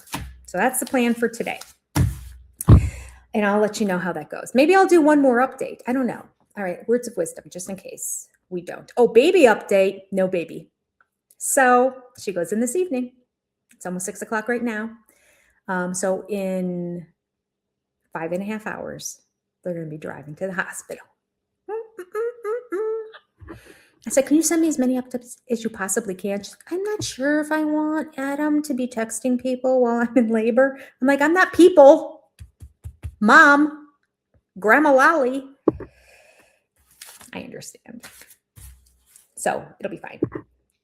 So she's like, I don't know how long the whole thing's going to take. I don't know how long because I haven't had any contractions yet. I might not deliver until Friday, at which point she's like, I won't be getting home until Saturday at the earliest, and like latest Sunday. She's like, but I really don't want to push it that long. So I have, things are up in the air a little bit for the next couple days. And we need to get back here and put some chairs together, and I have to finish my lock. Oh, thank you for reminding me. Small screwdriver. I should take those little screws with me. I'm going to look at Walmart. I bet Walmart has them cheaper than if I go to a building store. Walmart should have them. I feel like I've never paid for one. I feel like I have a bunch of them that just like have names of companies. Like they gave them away for free, like a bank or a construction company. I don't even know where they come from. And then I have other ones that are, I have so many of them at home. But not here. And so I'm going to buy one. There you go. That's what I'm going to do. All right. So I'm going to write Walmart on this. I'll do that at the very end. I'll make that my last stop. Okay. I'm going to get my shoes on and get going. It's a good day. Okay. Words of wisdom. Let's see. Based on today, what are my words of wisdom? Okay. When your life is overwhelming, my words of wisdom for you, find one thing you can do that will minimize the amount of time it takes. That's what I did with that website. It's not working yet, but it will. Once people get acclimated to it, once people understand it, and once I update it more and I can create it, if it can do this, in such a way that it can actually calculate for them. Do you want this? I just want it to be a list. I can't figure out how to do that on it. I don't think it's on the free version. But I'll get my son to look at it and see if he can help me figure it out. Once I get it better and they're more acclimated to going there, it's going to make my life easier. So it's a process. It's a process of transition right now. Change is hard for many people. Not so much for me, surprisingly. I kind of like change. I embrace it. This new home down here, I think this is kind of cool. It's like a new little phase in life where, oh, look, we paid off our home. Let's do it again. And to be close to it, and I have a grandchild. Now I'm a grandma. That's a new phase in life, like trying to take care of my health and change that. I'm good with that. I'm not doing a good job eating chocolate chip cookies and potato chips. That's awful, Jenny. But I'm getting there. I'll have an apple for a snack later on today. I'll feel better about that. That reminds me, I have a collagen and biotin drink. I shake it. That's why I was doing this. That's in the refrigerator. And then I eat one apricot with it. One apricot. Why? Because I'll show you. The apricots, I get them from Costco. In fact, last time I was there, I think it was a different brand. So I'm not certain they're still there, but they're somewhere if they're not at Costco. They are Nature's Garden probiotic apricots. I didn't even notice the word probiotic was on there. I just thought, oh, maybe all apricots are kind of like a probiotic. I don't know. No, these are given 2 billion CFU probiotic cultures are put in it. Let me tell you, if you're not regular, I can only eat one of these a day or I'm running to the bathroom all day. But I used to say apple a day keeps a proctologist away. Well, one apricot a day. And it's really a whole fruit. It's just dried up. And so that's why they say they're not good for you because there's so much sugar in them. Well, it's the same amount of sugar. I think it's the same amount of sugar as in a whole apricot. It's just that when you eat a whole apricot, you feel like you've eaten something substantial. Whereas a small dried apricot, you want a handful of them because they're smaller and they're sweet and they're good. So I just have the one a day. So that's one fruit. And then I try to eat an apple every day too for my second fruit when I remember. But this is the other thing. Does it work? I don't know. They were demoing this at Costco one day. It was collagen and biotin. And I wanted to start taking collagen because I've heard of the benefits of collagen as you age. And then biotin, if I take it in here, I don't have to take the pill of biotin. Hair, nails, my hair is thinning so much. I wanted actually collagen is supposed to help that too, but collagen also helps your skin. My nails, it doesn't matter because I get acrylics. My nails are just so thin. My toenails, when I need to cut them, if I can't find a clipper and they're growing too long, it like pinches, like it's grown too long and the one nail hits the other toe. Has that ever happened to you? And it actually makes a cut on the other toe? Maybe not because I don't do pedicures. Maybe if they were shaped better, it wouldn't happen. Anyway, if I had the wrong shoe on, oh, yes, I will close the door. My apologies, refrigerator. So I can literally just take them and hold it down and tear my toenails. I don't know anyone in life who's able to do that. That's how weak and anemic my fingers and toenails are. But my hair had always been thick my whole life, thick and curly my whole life. Not anymore. But so I figured the biotin's supposed to help hair and nails. So I'm doing them both together. It's just a tiny little bit in that cap, like an itty, about this much of it that's how much you put in there and drink like a shot.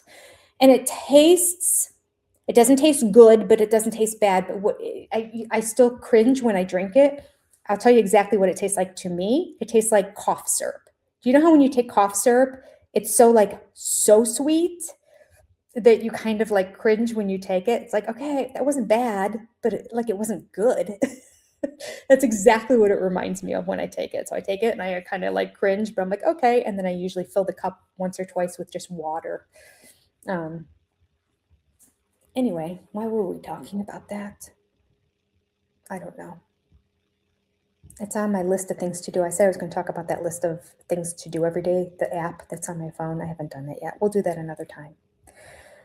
This was great. All right, so my recommendation is find one part of your life, if you feel as overwhelmed as I do, that you can streamline, and do it. It will pay dividends in the long run. I think this has even paid dividends a little bit now. I don't know. I can't say that for certain, but it will. I know it will pay off in the long run. And this is a way that I might still be able to keep this job and keep these relationships and keep some of that income coming in, which I'm going to need if I keep thrifting, and not be so incredibly overwhelmed. I will say though, even though my sleep score doesn't say it's that great, I feel like I sleep like a baby here. I feel like I sleep better here than I do at home. Apple says no. Well, today I did good. I've had sleep scores in the 90s back at home. I don't know how. I mean, I'm just as busy, but somehow I feel like I crash when I'm here. Like at night, I get to the point that I don't even want to open my eyes. Like I'm walking around doing things and I just close them for a second and go, oh, that feels so good. And I'm like, Jen, you need to go to bed.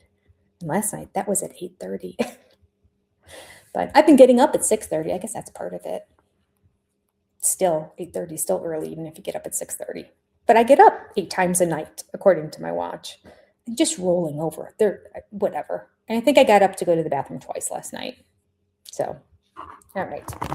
How many times do you guys get up to go to the bathroom during the night? I know part of that is age. I know part of that is drinking before I go to bed. And I'm trying to cut back on that a little bit and pull back. But I'm curious if other people are in the same situation and they're like, yeah, the older you get, you just get up during the night and go to the bathroom once or twice.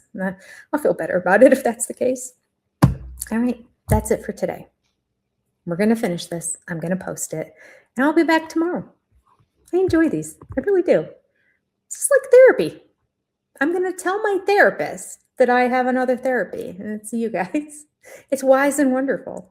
Becoming wise and wonderful. That's another thing that's on my to-do list, is changing the titles of everything on here to becoming wise and wonderful. Although some of you have sent some nice suggestions to me too.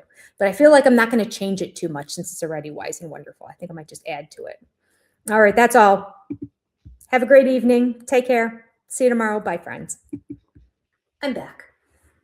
I don't know if this is going to go on the video that I just made today, or if I'm going to put this on the next one, but finishing up on my day, it is 10:10 p.m. It's ridiculous. But I was doing some thrifting and I was like a half an hour away. And on top of it, one person, I'm never going to do this again. I don't like it when people do this, and I don't understand why they do it. Didn't I talk about this earlier? I think I did. That I was not looking forward to the fact that the one person's like, tell me when you're ready to come here and I'll give you the address. It's never been an issue in the past, but it was today. Because luckily I was on my way to another person, something else that I found, the 2 pillows. I was on my way to her house. I hadn't even gotten there yet. And I texted this other person that's in the same city called White House. And I said, okay, I'm on my way to White House right now. What is your address? Crickets, crickets, crickets. I get to the other house in White House. I pick up the 2 pillows. I like to go to the end of the driveway so they don't see me sitting there, because I feel like they think that it's creepy and weird and they wonder, like, is she okay? Does she need help? So I go down there to like do my rating on the person and submit it and send a thing in the message that says thank you, and then go to the next person. Well, still no address. I waited another, about another half an hour. Now it's dark. And I am in a city that's all winding streets, no lights, up and down, hard right curve, hard left curve. I almost killed a possum, I think. I don't know what. It was a big, very furry, matted, hair kind of all over the place animal in the middle of the road eating something. I hope it wasn't its own guts. I hope it didn't get hit and it was still alive in there. I hope it saw something else and decided to just kind of come out like a carnivore and eat it. And it didn't move. So I'm thinking maybe it was a possum and it just played possum and didn't run out of the road. Usually animals, when they see a car coming, leave. Not this one. Luckily, it was late enough that nobody was coming the other direction so I could swerve around the thing. It was pretty big. I feel like it could have done some damage to my car. I'm doing a little bit better job of getting some of this off. It makes me feel a little bit better. So I waited, yeah. I was supposed to be there. I said, I could be at your place at 7:30. And she's like, okay, let me know when you're on your way. I'll give the address. So it was like 7:10 when I first said, I'm on my way. Nothing. By 7:20, I was done with my other delivery. And I said, okay, I'm now in your city. What's the address? Nothing. 7:30 comes when I'm supposed to drop it off. I think she forgot she never gave me the address. That's what I think happened.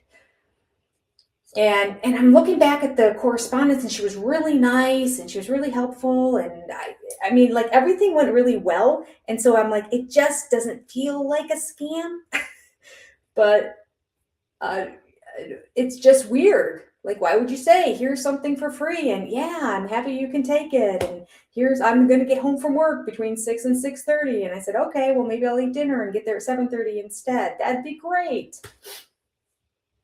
Glad you can take it. I'm like, if I do all this and this thing is just all stained, I will be so upset, even though it was free and I didn't waste any money. But it wasn't all stained. It's bright white, in fact. It looks really nice. It's a mattress topper, and it's soft. I'll show you in another video. I'll do another thrifting thing. Anyway, and then she wrote back to me and she said, while you're at it, do you want I don't remember what she called it. I should look on the phone. It's foam. Maybe she just called it foam. It's foam. That's what it is. And I just thought, I'll take whatever. I don't know. I mean, and at first I was confused. I'm like, like a foam topper or something? I'm like, I thought I was getting a topper already. So I was like, yeah, sure, I'll take it. She's like, great, I just need to get rid of this stuff. All right. Do you want the memory foam topper? I'm getting the plush queen mattress topper.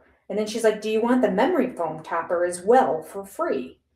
I think she did that also because she could see when I sent the first message, and that she didn't respond until 20 minutes to 8. So it was 20 to 8, and now it's dark, and her house wasn't easy to find. I mean, it was easy to find, but it was on a busier street. And so then I get anxiety over the fact I have to go really slow, especially late at night when it's dark, because you can't read. Like, you have to get like right up to the mailbox before you can tell I just don't like it, but it worked out fine. And I was able to turn around in her driveway to come back out. And so it was all okay. And I said, sure, I'll take it. Thanks. And she said, great. I'll put them both on my front porch with a smiley face. And thank you. She still has it listed as pending. So until she sells it, I can't review her. I wonder if she's going to try to take it down without having it listed as sold so that I don't review her. All right, so I've only been taken once, and I wasn't even taken. Quite frankly, that's the whole chair situation. We'll talk about that another time. But earlier today, so yeah, it's late now, right? It is late. And this is just not the most flattering of these, is it? I'm like showing my belly. That was rude. Sorry, everybody. Wasn't my intent. Okay, we're going to put this back. Oh, I should get the knife that's in the garage.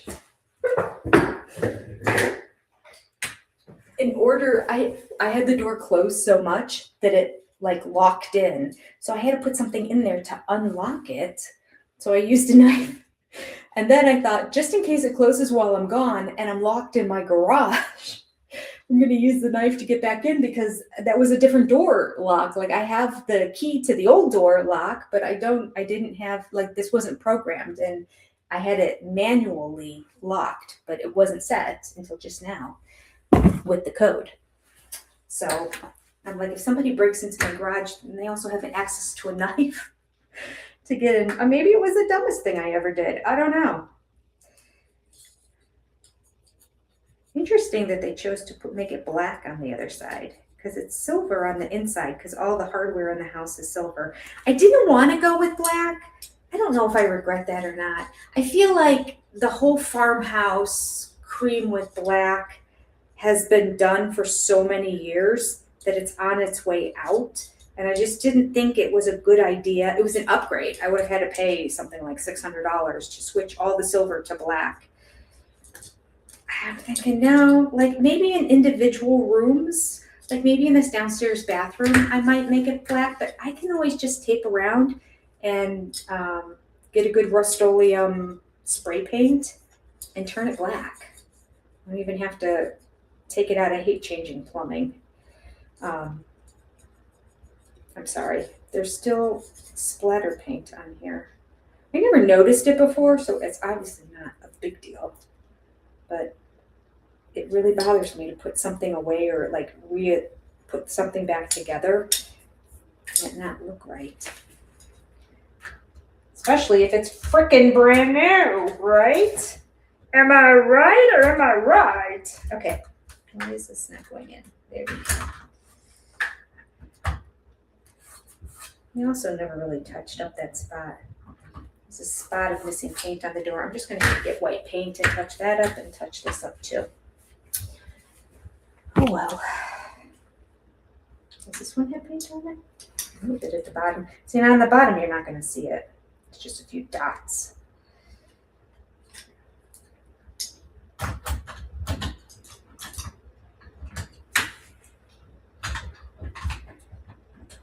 All right. Oh, careful with that. My screws. Oh, just grab the handle to hold it from close. The screws aren't in yet. So it was kind of an adventure in that I'm like, is this the first time I'm actually going to get stood up? But I had no idea. And I really think the girls just forgot. But how long am I going to wait? Because it's late and I need to get home. And I decided to pick up one more thing. Now, I don't know about this one. This might be the first one that I buy and then I look at it and I'm not so sure about it. It was, wow, that just went in. That is not going in correctly. Oh, this really would be easier as a two-person job. So one person can hold the handle and the other one can just put in the screw and screw it together. Why don't they just put the little holes on the top and bottom? Really? Or find a way to stick it in from the side so it's not in the front. I wonder if higher end door handles do that. It keeps slipping and not going into the hole that it needs to go into. It's turning. I don't know if it got into the hole or if it's off to the side. I don't think it's catching.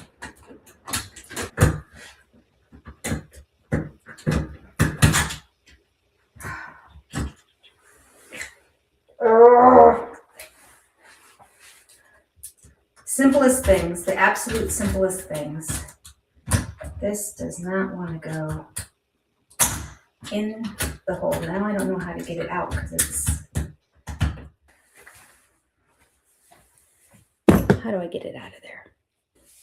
I might have to put my super glue on the end of a screw and then stick it to this screw and pull it out because it's not connecting to anything. It's useless. And this is just wobbling because the screw is just randomly in here. But the screw seems small for the hole that it's going into, but it might not be. I think this side has caught. So this side is okay. It's this one.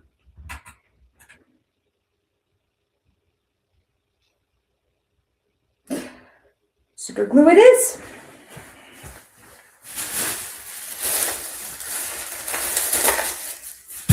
We're going to take Gorilla Glue. We're going to put it at the end of the screwdriver. We're going to touch it to the thing, hold it there for a few seconds until it bonds, and then pull it straight out because that screw has not, on the right side, has not caught anything. It's not going into the hole that it needs to go into. So maybe this goes back in. Maybe I should have never taken that out. I mean, it came out.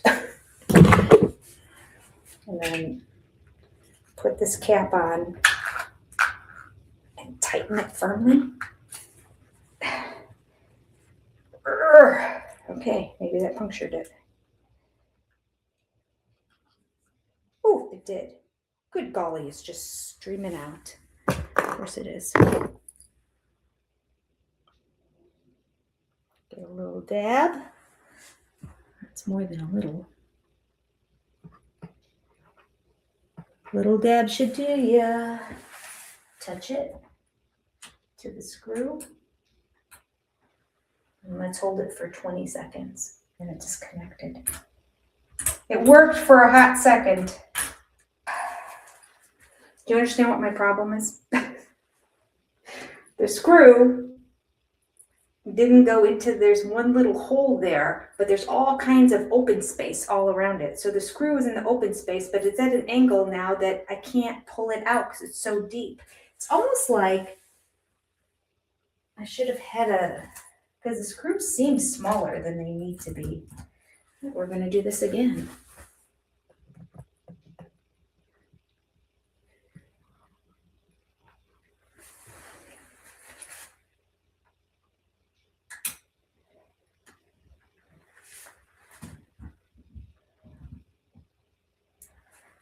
All right, I'll talk longer.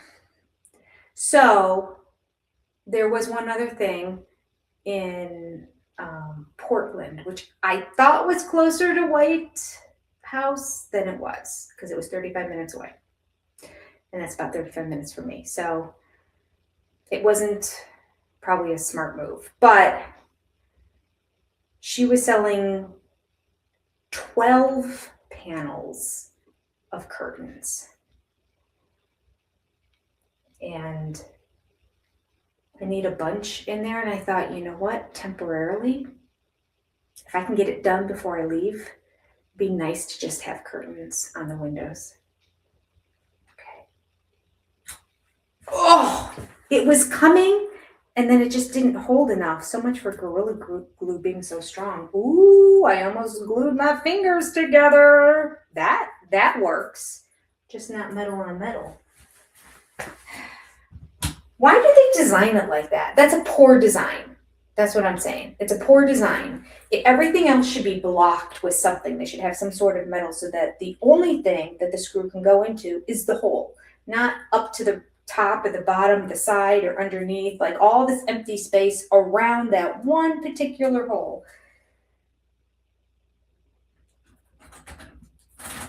Because it just spins and spins and spins and doesn't catch on anything. My question is, how does anyone get it into the hole?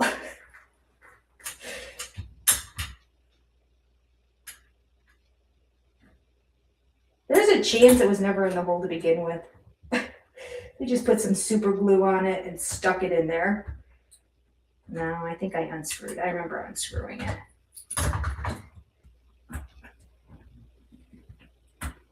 Oh, I think it caught. Yes! I rock.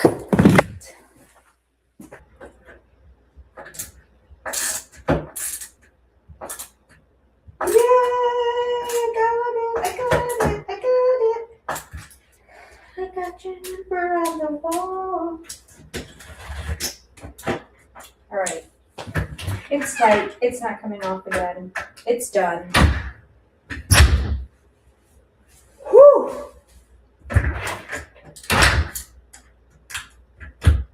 Okay. And it works. I'm going to be editing a lot of that out. That was a big deal. Because I took the door handle off when I didn't need to take the door handle off because I didn't buy a new door handle, I bought a new lock. But the door handle has a lock on it, so I got confused. If I would have done that door first, I would have realized right away, wait a minute, this one's different. I didn't have to take that handle off. All right, so we are all finished. I'm going to put on the cover.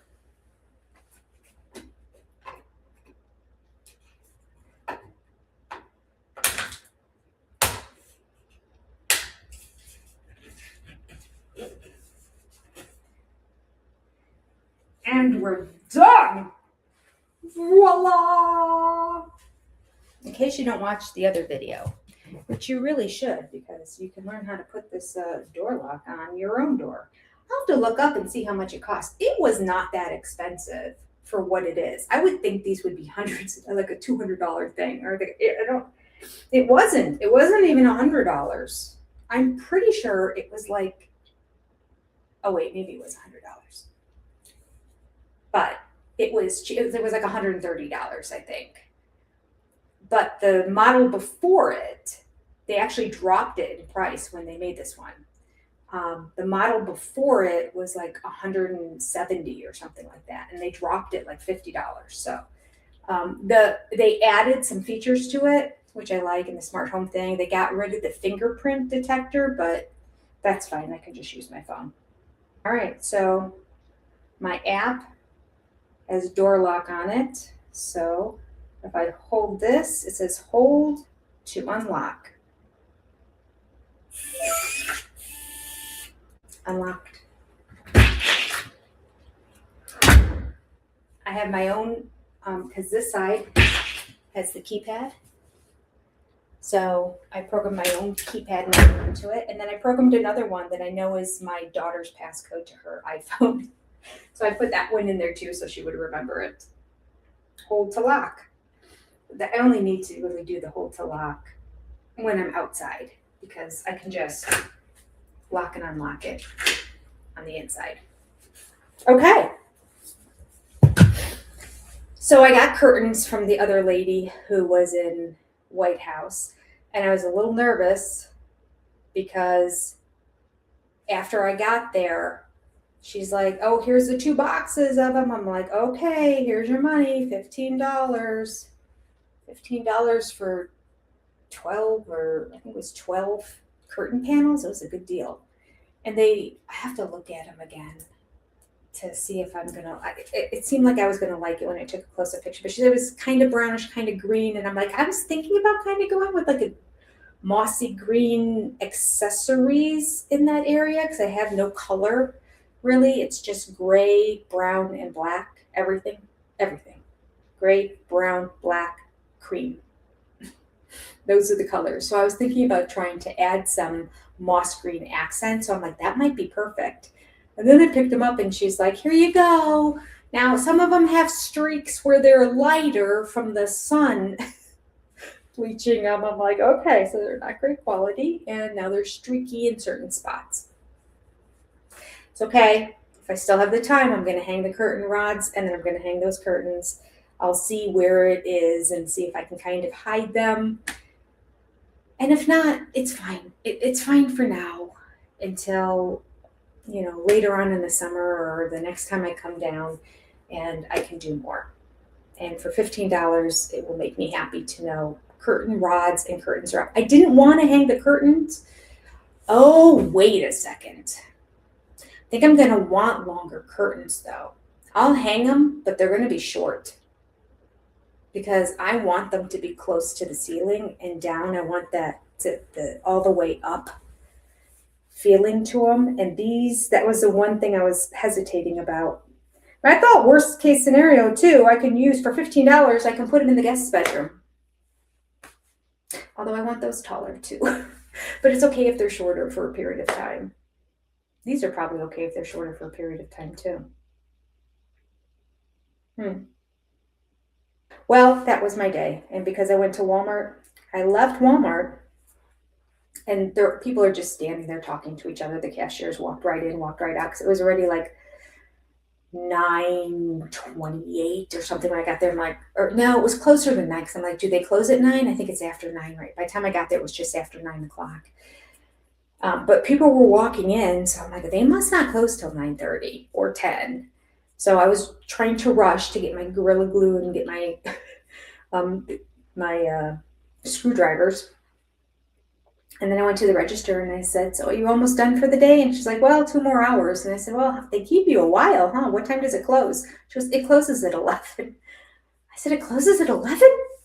That's awesome. I don't think my Walmart closes at 11 back home. I think they close at 10. Or maybe even 9 or 9:30. I don't think they're open till 11. I really don't. I have to look it up, but I know they close at 6 on Christmas Eve because there have been a bunch of times on Christmas Eve I wanted to go, and they were closing at 6 o'clock. But I don't. Yeah. So I'm happy to know that Walmart, which is one exit away, really, kind of 2 lights away, and then off the ramp, and then this way. It's weird that there's exits on, I guess they're considered highways, Highway 109, but it's just a road. But then they have the like clover leaf off onto the other streets, which is nice. It makes it go smoother, and it's so much better than if there were lights. I like it so that you can just kind of keep going on 109. But it's just a road. It's not like a freeway. I got to get out of here. It is late, and my sleep thing is not going to be happy. 10:46. All right, I'm going to try to get as much sleep as I can. I know I'm going to be getting text messages, though, because my daughter is leaving in 45 minutes to go to the hospital. Although she said she wasn't going to be sending a whole bunch of text message updates, so we'll see. It'll be the one night that I keep my phone on as opposed to silent so that I can find out what's going on. Very exciting. The one thing I'm not excited about, did I tell you about the bunny? I think I did. I know I was telling my daughter about it, so she got the whole lowdown. So yeah, I ordered a bunny. I got the ear embroidered, and it says from Etsy, and the ear was embroidered, and it says Callahan on the inside, and in like a tan light brown color. And the inside of the ears were white, but the bunny is like a brown color. I just figured it's cute, perfect, and I was going to take it to the hospital. And they said, can we give you 3 to 5 more days? It was supposed to be here. You gave me a window of when it was going to arrive of practically a week. And now it's 2 days past that, and it's still not here. And you want 3 to 5 more days. And I'm like, no, my daughter. And then magically, she's like, well, we contacted the carrier and told them to expedite it or rush it or something.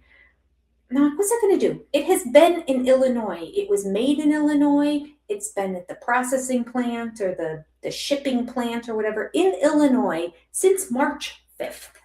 Today, what is it? The 18th. 15 days.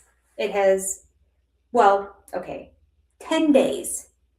It's been waiting to come here. Something's up. So it's Etsy. So it's not like I got scammed on Facebook. That happened to me once.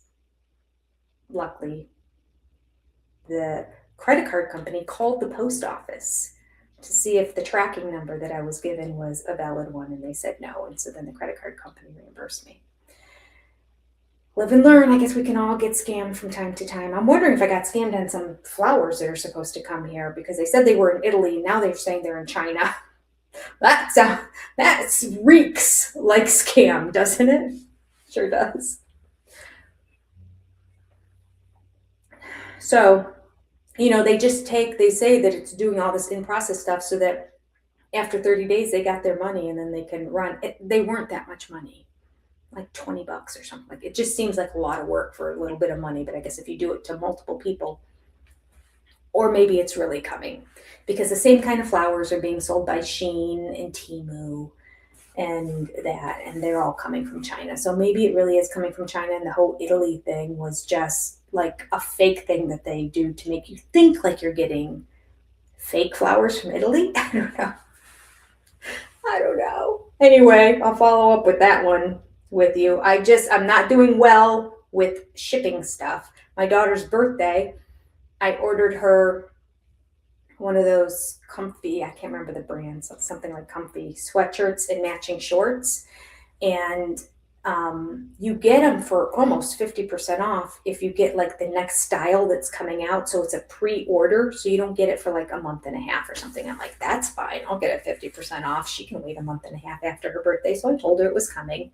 Well, they shipped the shorts right away, just not the sweatshirt. So she all of a sudden gets a gift of shorts. Happy birthday. Here's your shorts. I'm like, there's more coming. She doesn't know what it is, but I don't know what all they make. But I know they're kind of known for their sweatshirts. So I'm assuming she's hoping it's a sweatshirt anyway. So that's the first mail screw up. And then I feel like I got taken a little bit on the whole legs on the chair, so that's a separate video. I'll talk about that. I'm turning into an old person that's getting scammed, I guess. That's kind of my own fault, but I'll talk about it another time. It's not completely. Con artist, the guy, sorta. Sorta, because I got some really nice chairs out of it. I just don't have the hardware to put two of the four together. And then the flowers, which are taking a long time, and said they were in Italy and now they're here, so now I'm worried about that. Like, are you concerned for me? Are you starting to think that I'm becoming that vulnerable old lady? If you are, I understand, because I feel like I am too. Too much of this is happening at one time. And now this whole Etsy thing. And it makes no sense that for 15 days I was sitting there in Illinois, and all of a sudden, oh, I didn't finish my story. I got an email update today. It's in Nashville.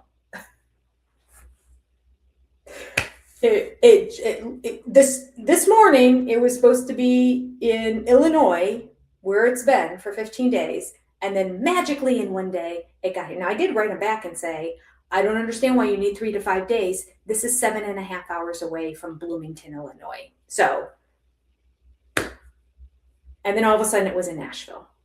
I want to just go pick it up. Like, where in Nashville? Can I just go to a post office in Nashville and pick it up? But you know you can't. So now it's going to sit there for a whole day before it can get on another truck and get to Gallatin. And then it's going to be sorted in Gallatin. And then I'll wait another day before it actually gets to my place. So I am going to get it 2 days after the baby's born. I'm not going to have it by tomorrow to go see her and take it. I guess I should have complained earlier. Maybe they could have, they said they expedited it. I'm like, well, yeah, you sure did. Now can you make it stop and I'll go get it where it is? But I don't think that's a possibility. I don't think the mail works that way. I wish I knew somebody who worked at the postal service, in the post office here in Nashville, that I could say, hey, can you pull any strings and have them hold this package and I'll go get it? So a lot of things happening today. I did my speech therapy. I haven't done any of my notes. So before I go to bed, I have to do all my soap notes for all my kids and get that done. So I feel like I accomplished something else, but I did do some thrifting. But the thrifting has now led to more projects. Because I got the shower curtain rod. After taking hours to do the shower curtain rod, I now bought a new one. Welcome to my life. I create my own chaos. There you go. I have no one to blame but myself. So tomorrow's another day. We're just going to plug away. I'm going to go in the morning after I wake up and feed the cat. Well, I am supposed to pick some things up around noon or 1 o'clock over there. So maybe I'll go later to feed the cat because she said I could feed her all the way up until like 11 a.m. So maybe I'll get there at like 11 a.m. and then I'll play with the cat for a little bit. And then at 12 and 1 o'clock, do my pickups that are nearby her house and then come back here. And then I have to be back there at 5 o'clock to feed her again. But if I feed her at 11, I can feed her later. I won't go back until like 7 o'clock at night. And then I'll feed her and I'll spend the night there. So I'll be in a different place tomorrow when I'm doing my streaming, unless I happen to do it. Not streaming, but my vlog, unless I do it from here. Okay, this was the worst vlog ever. It feels like I was rambling, I was all over the place, and I was doing a lot of complaining. So I apologize. I am so sorry. I'm going to be better tomorrow. I think part of it is that I am tired. And this is past my bedtime. And I'll pay for it tomorrow when I have my sleep score. All right. I hope your day was just less eventful. It's not bad, though. It's not bad. I have other things that fill up my life and make me busy, like the week before one of my retreats, all the way through the entire retreat. Like I get there on Thursday and they don't leave until, well, this time they're not going to leave until Monday evening.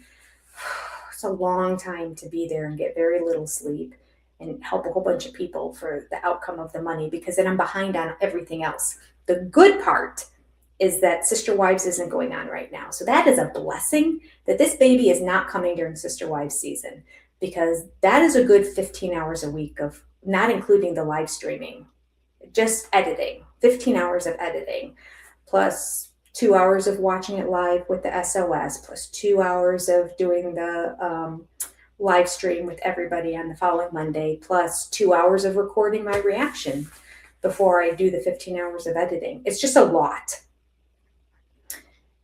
And to do that on top of what's going on right now with the baby and coming down here would be very difficult. So I'm very happy because I would really be phoning it in, not doing a really good job. And that upsets me when that happens because I'm a little bit, not a perfectionist, but I'm a little OCD. And so that kind of plays into perfectionism a little bit. Like I don't like phoning it in. I don't like doing a sloppy job on things, which is why I'm upset about this video here tonight. Because I feel like it's not entertaining. All right, I gotta put the lid on my Gorilla Glue, or this is gonna. Oh, I just saw that. Oh, it's still wet. Oh, those fingers are gonna stick together. I just splatted it somewhere. I don't know where it went. I hope it didn't go in the carpet. I hope it went like someplace that I can just scrape it off. How do you get Gorilla Glue off? You can't really wash it, right? Let me just rub it on here. Will that work? My fingers are going to feel fake for the longest time. They have that glue on top of them. Like literally, sometimes I've had super glue before where it took like 2 or 3 days for the skin cells to just die off and rub away, and I could not get the glue off. That might just be happening again. I hope not. I don't want to touch little baby Callahan with some rough fingers, but it is what it is. We're going to do our best. All right, next time I talk to you, I'm going to be Grandma Lolly. Maybe. We'll see. Take care, everyone. Thank you, friends, for hanging in here with me. I appreciate you. I really do. You're good people. You really are. Bye, friends.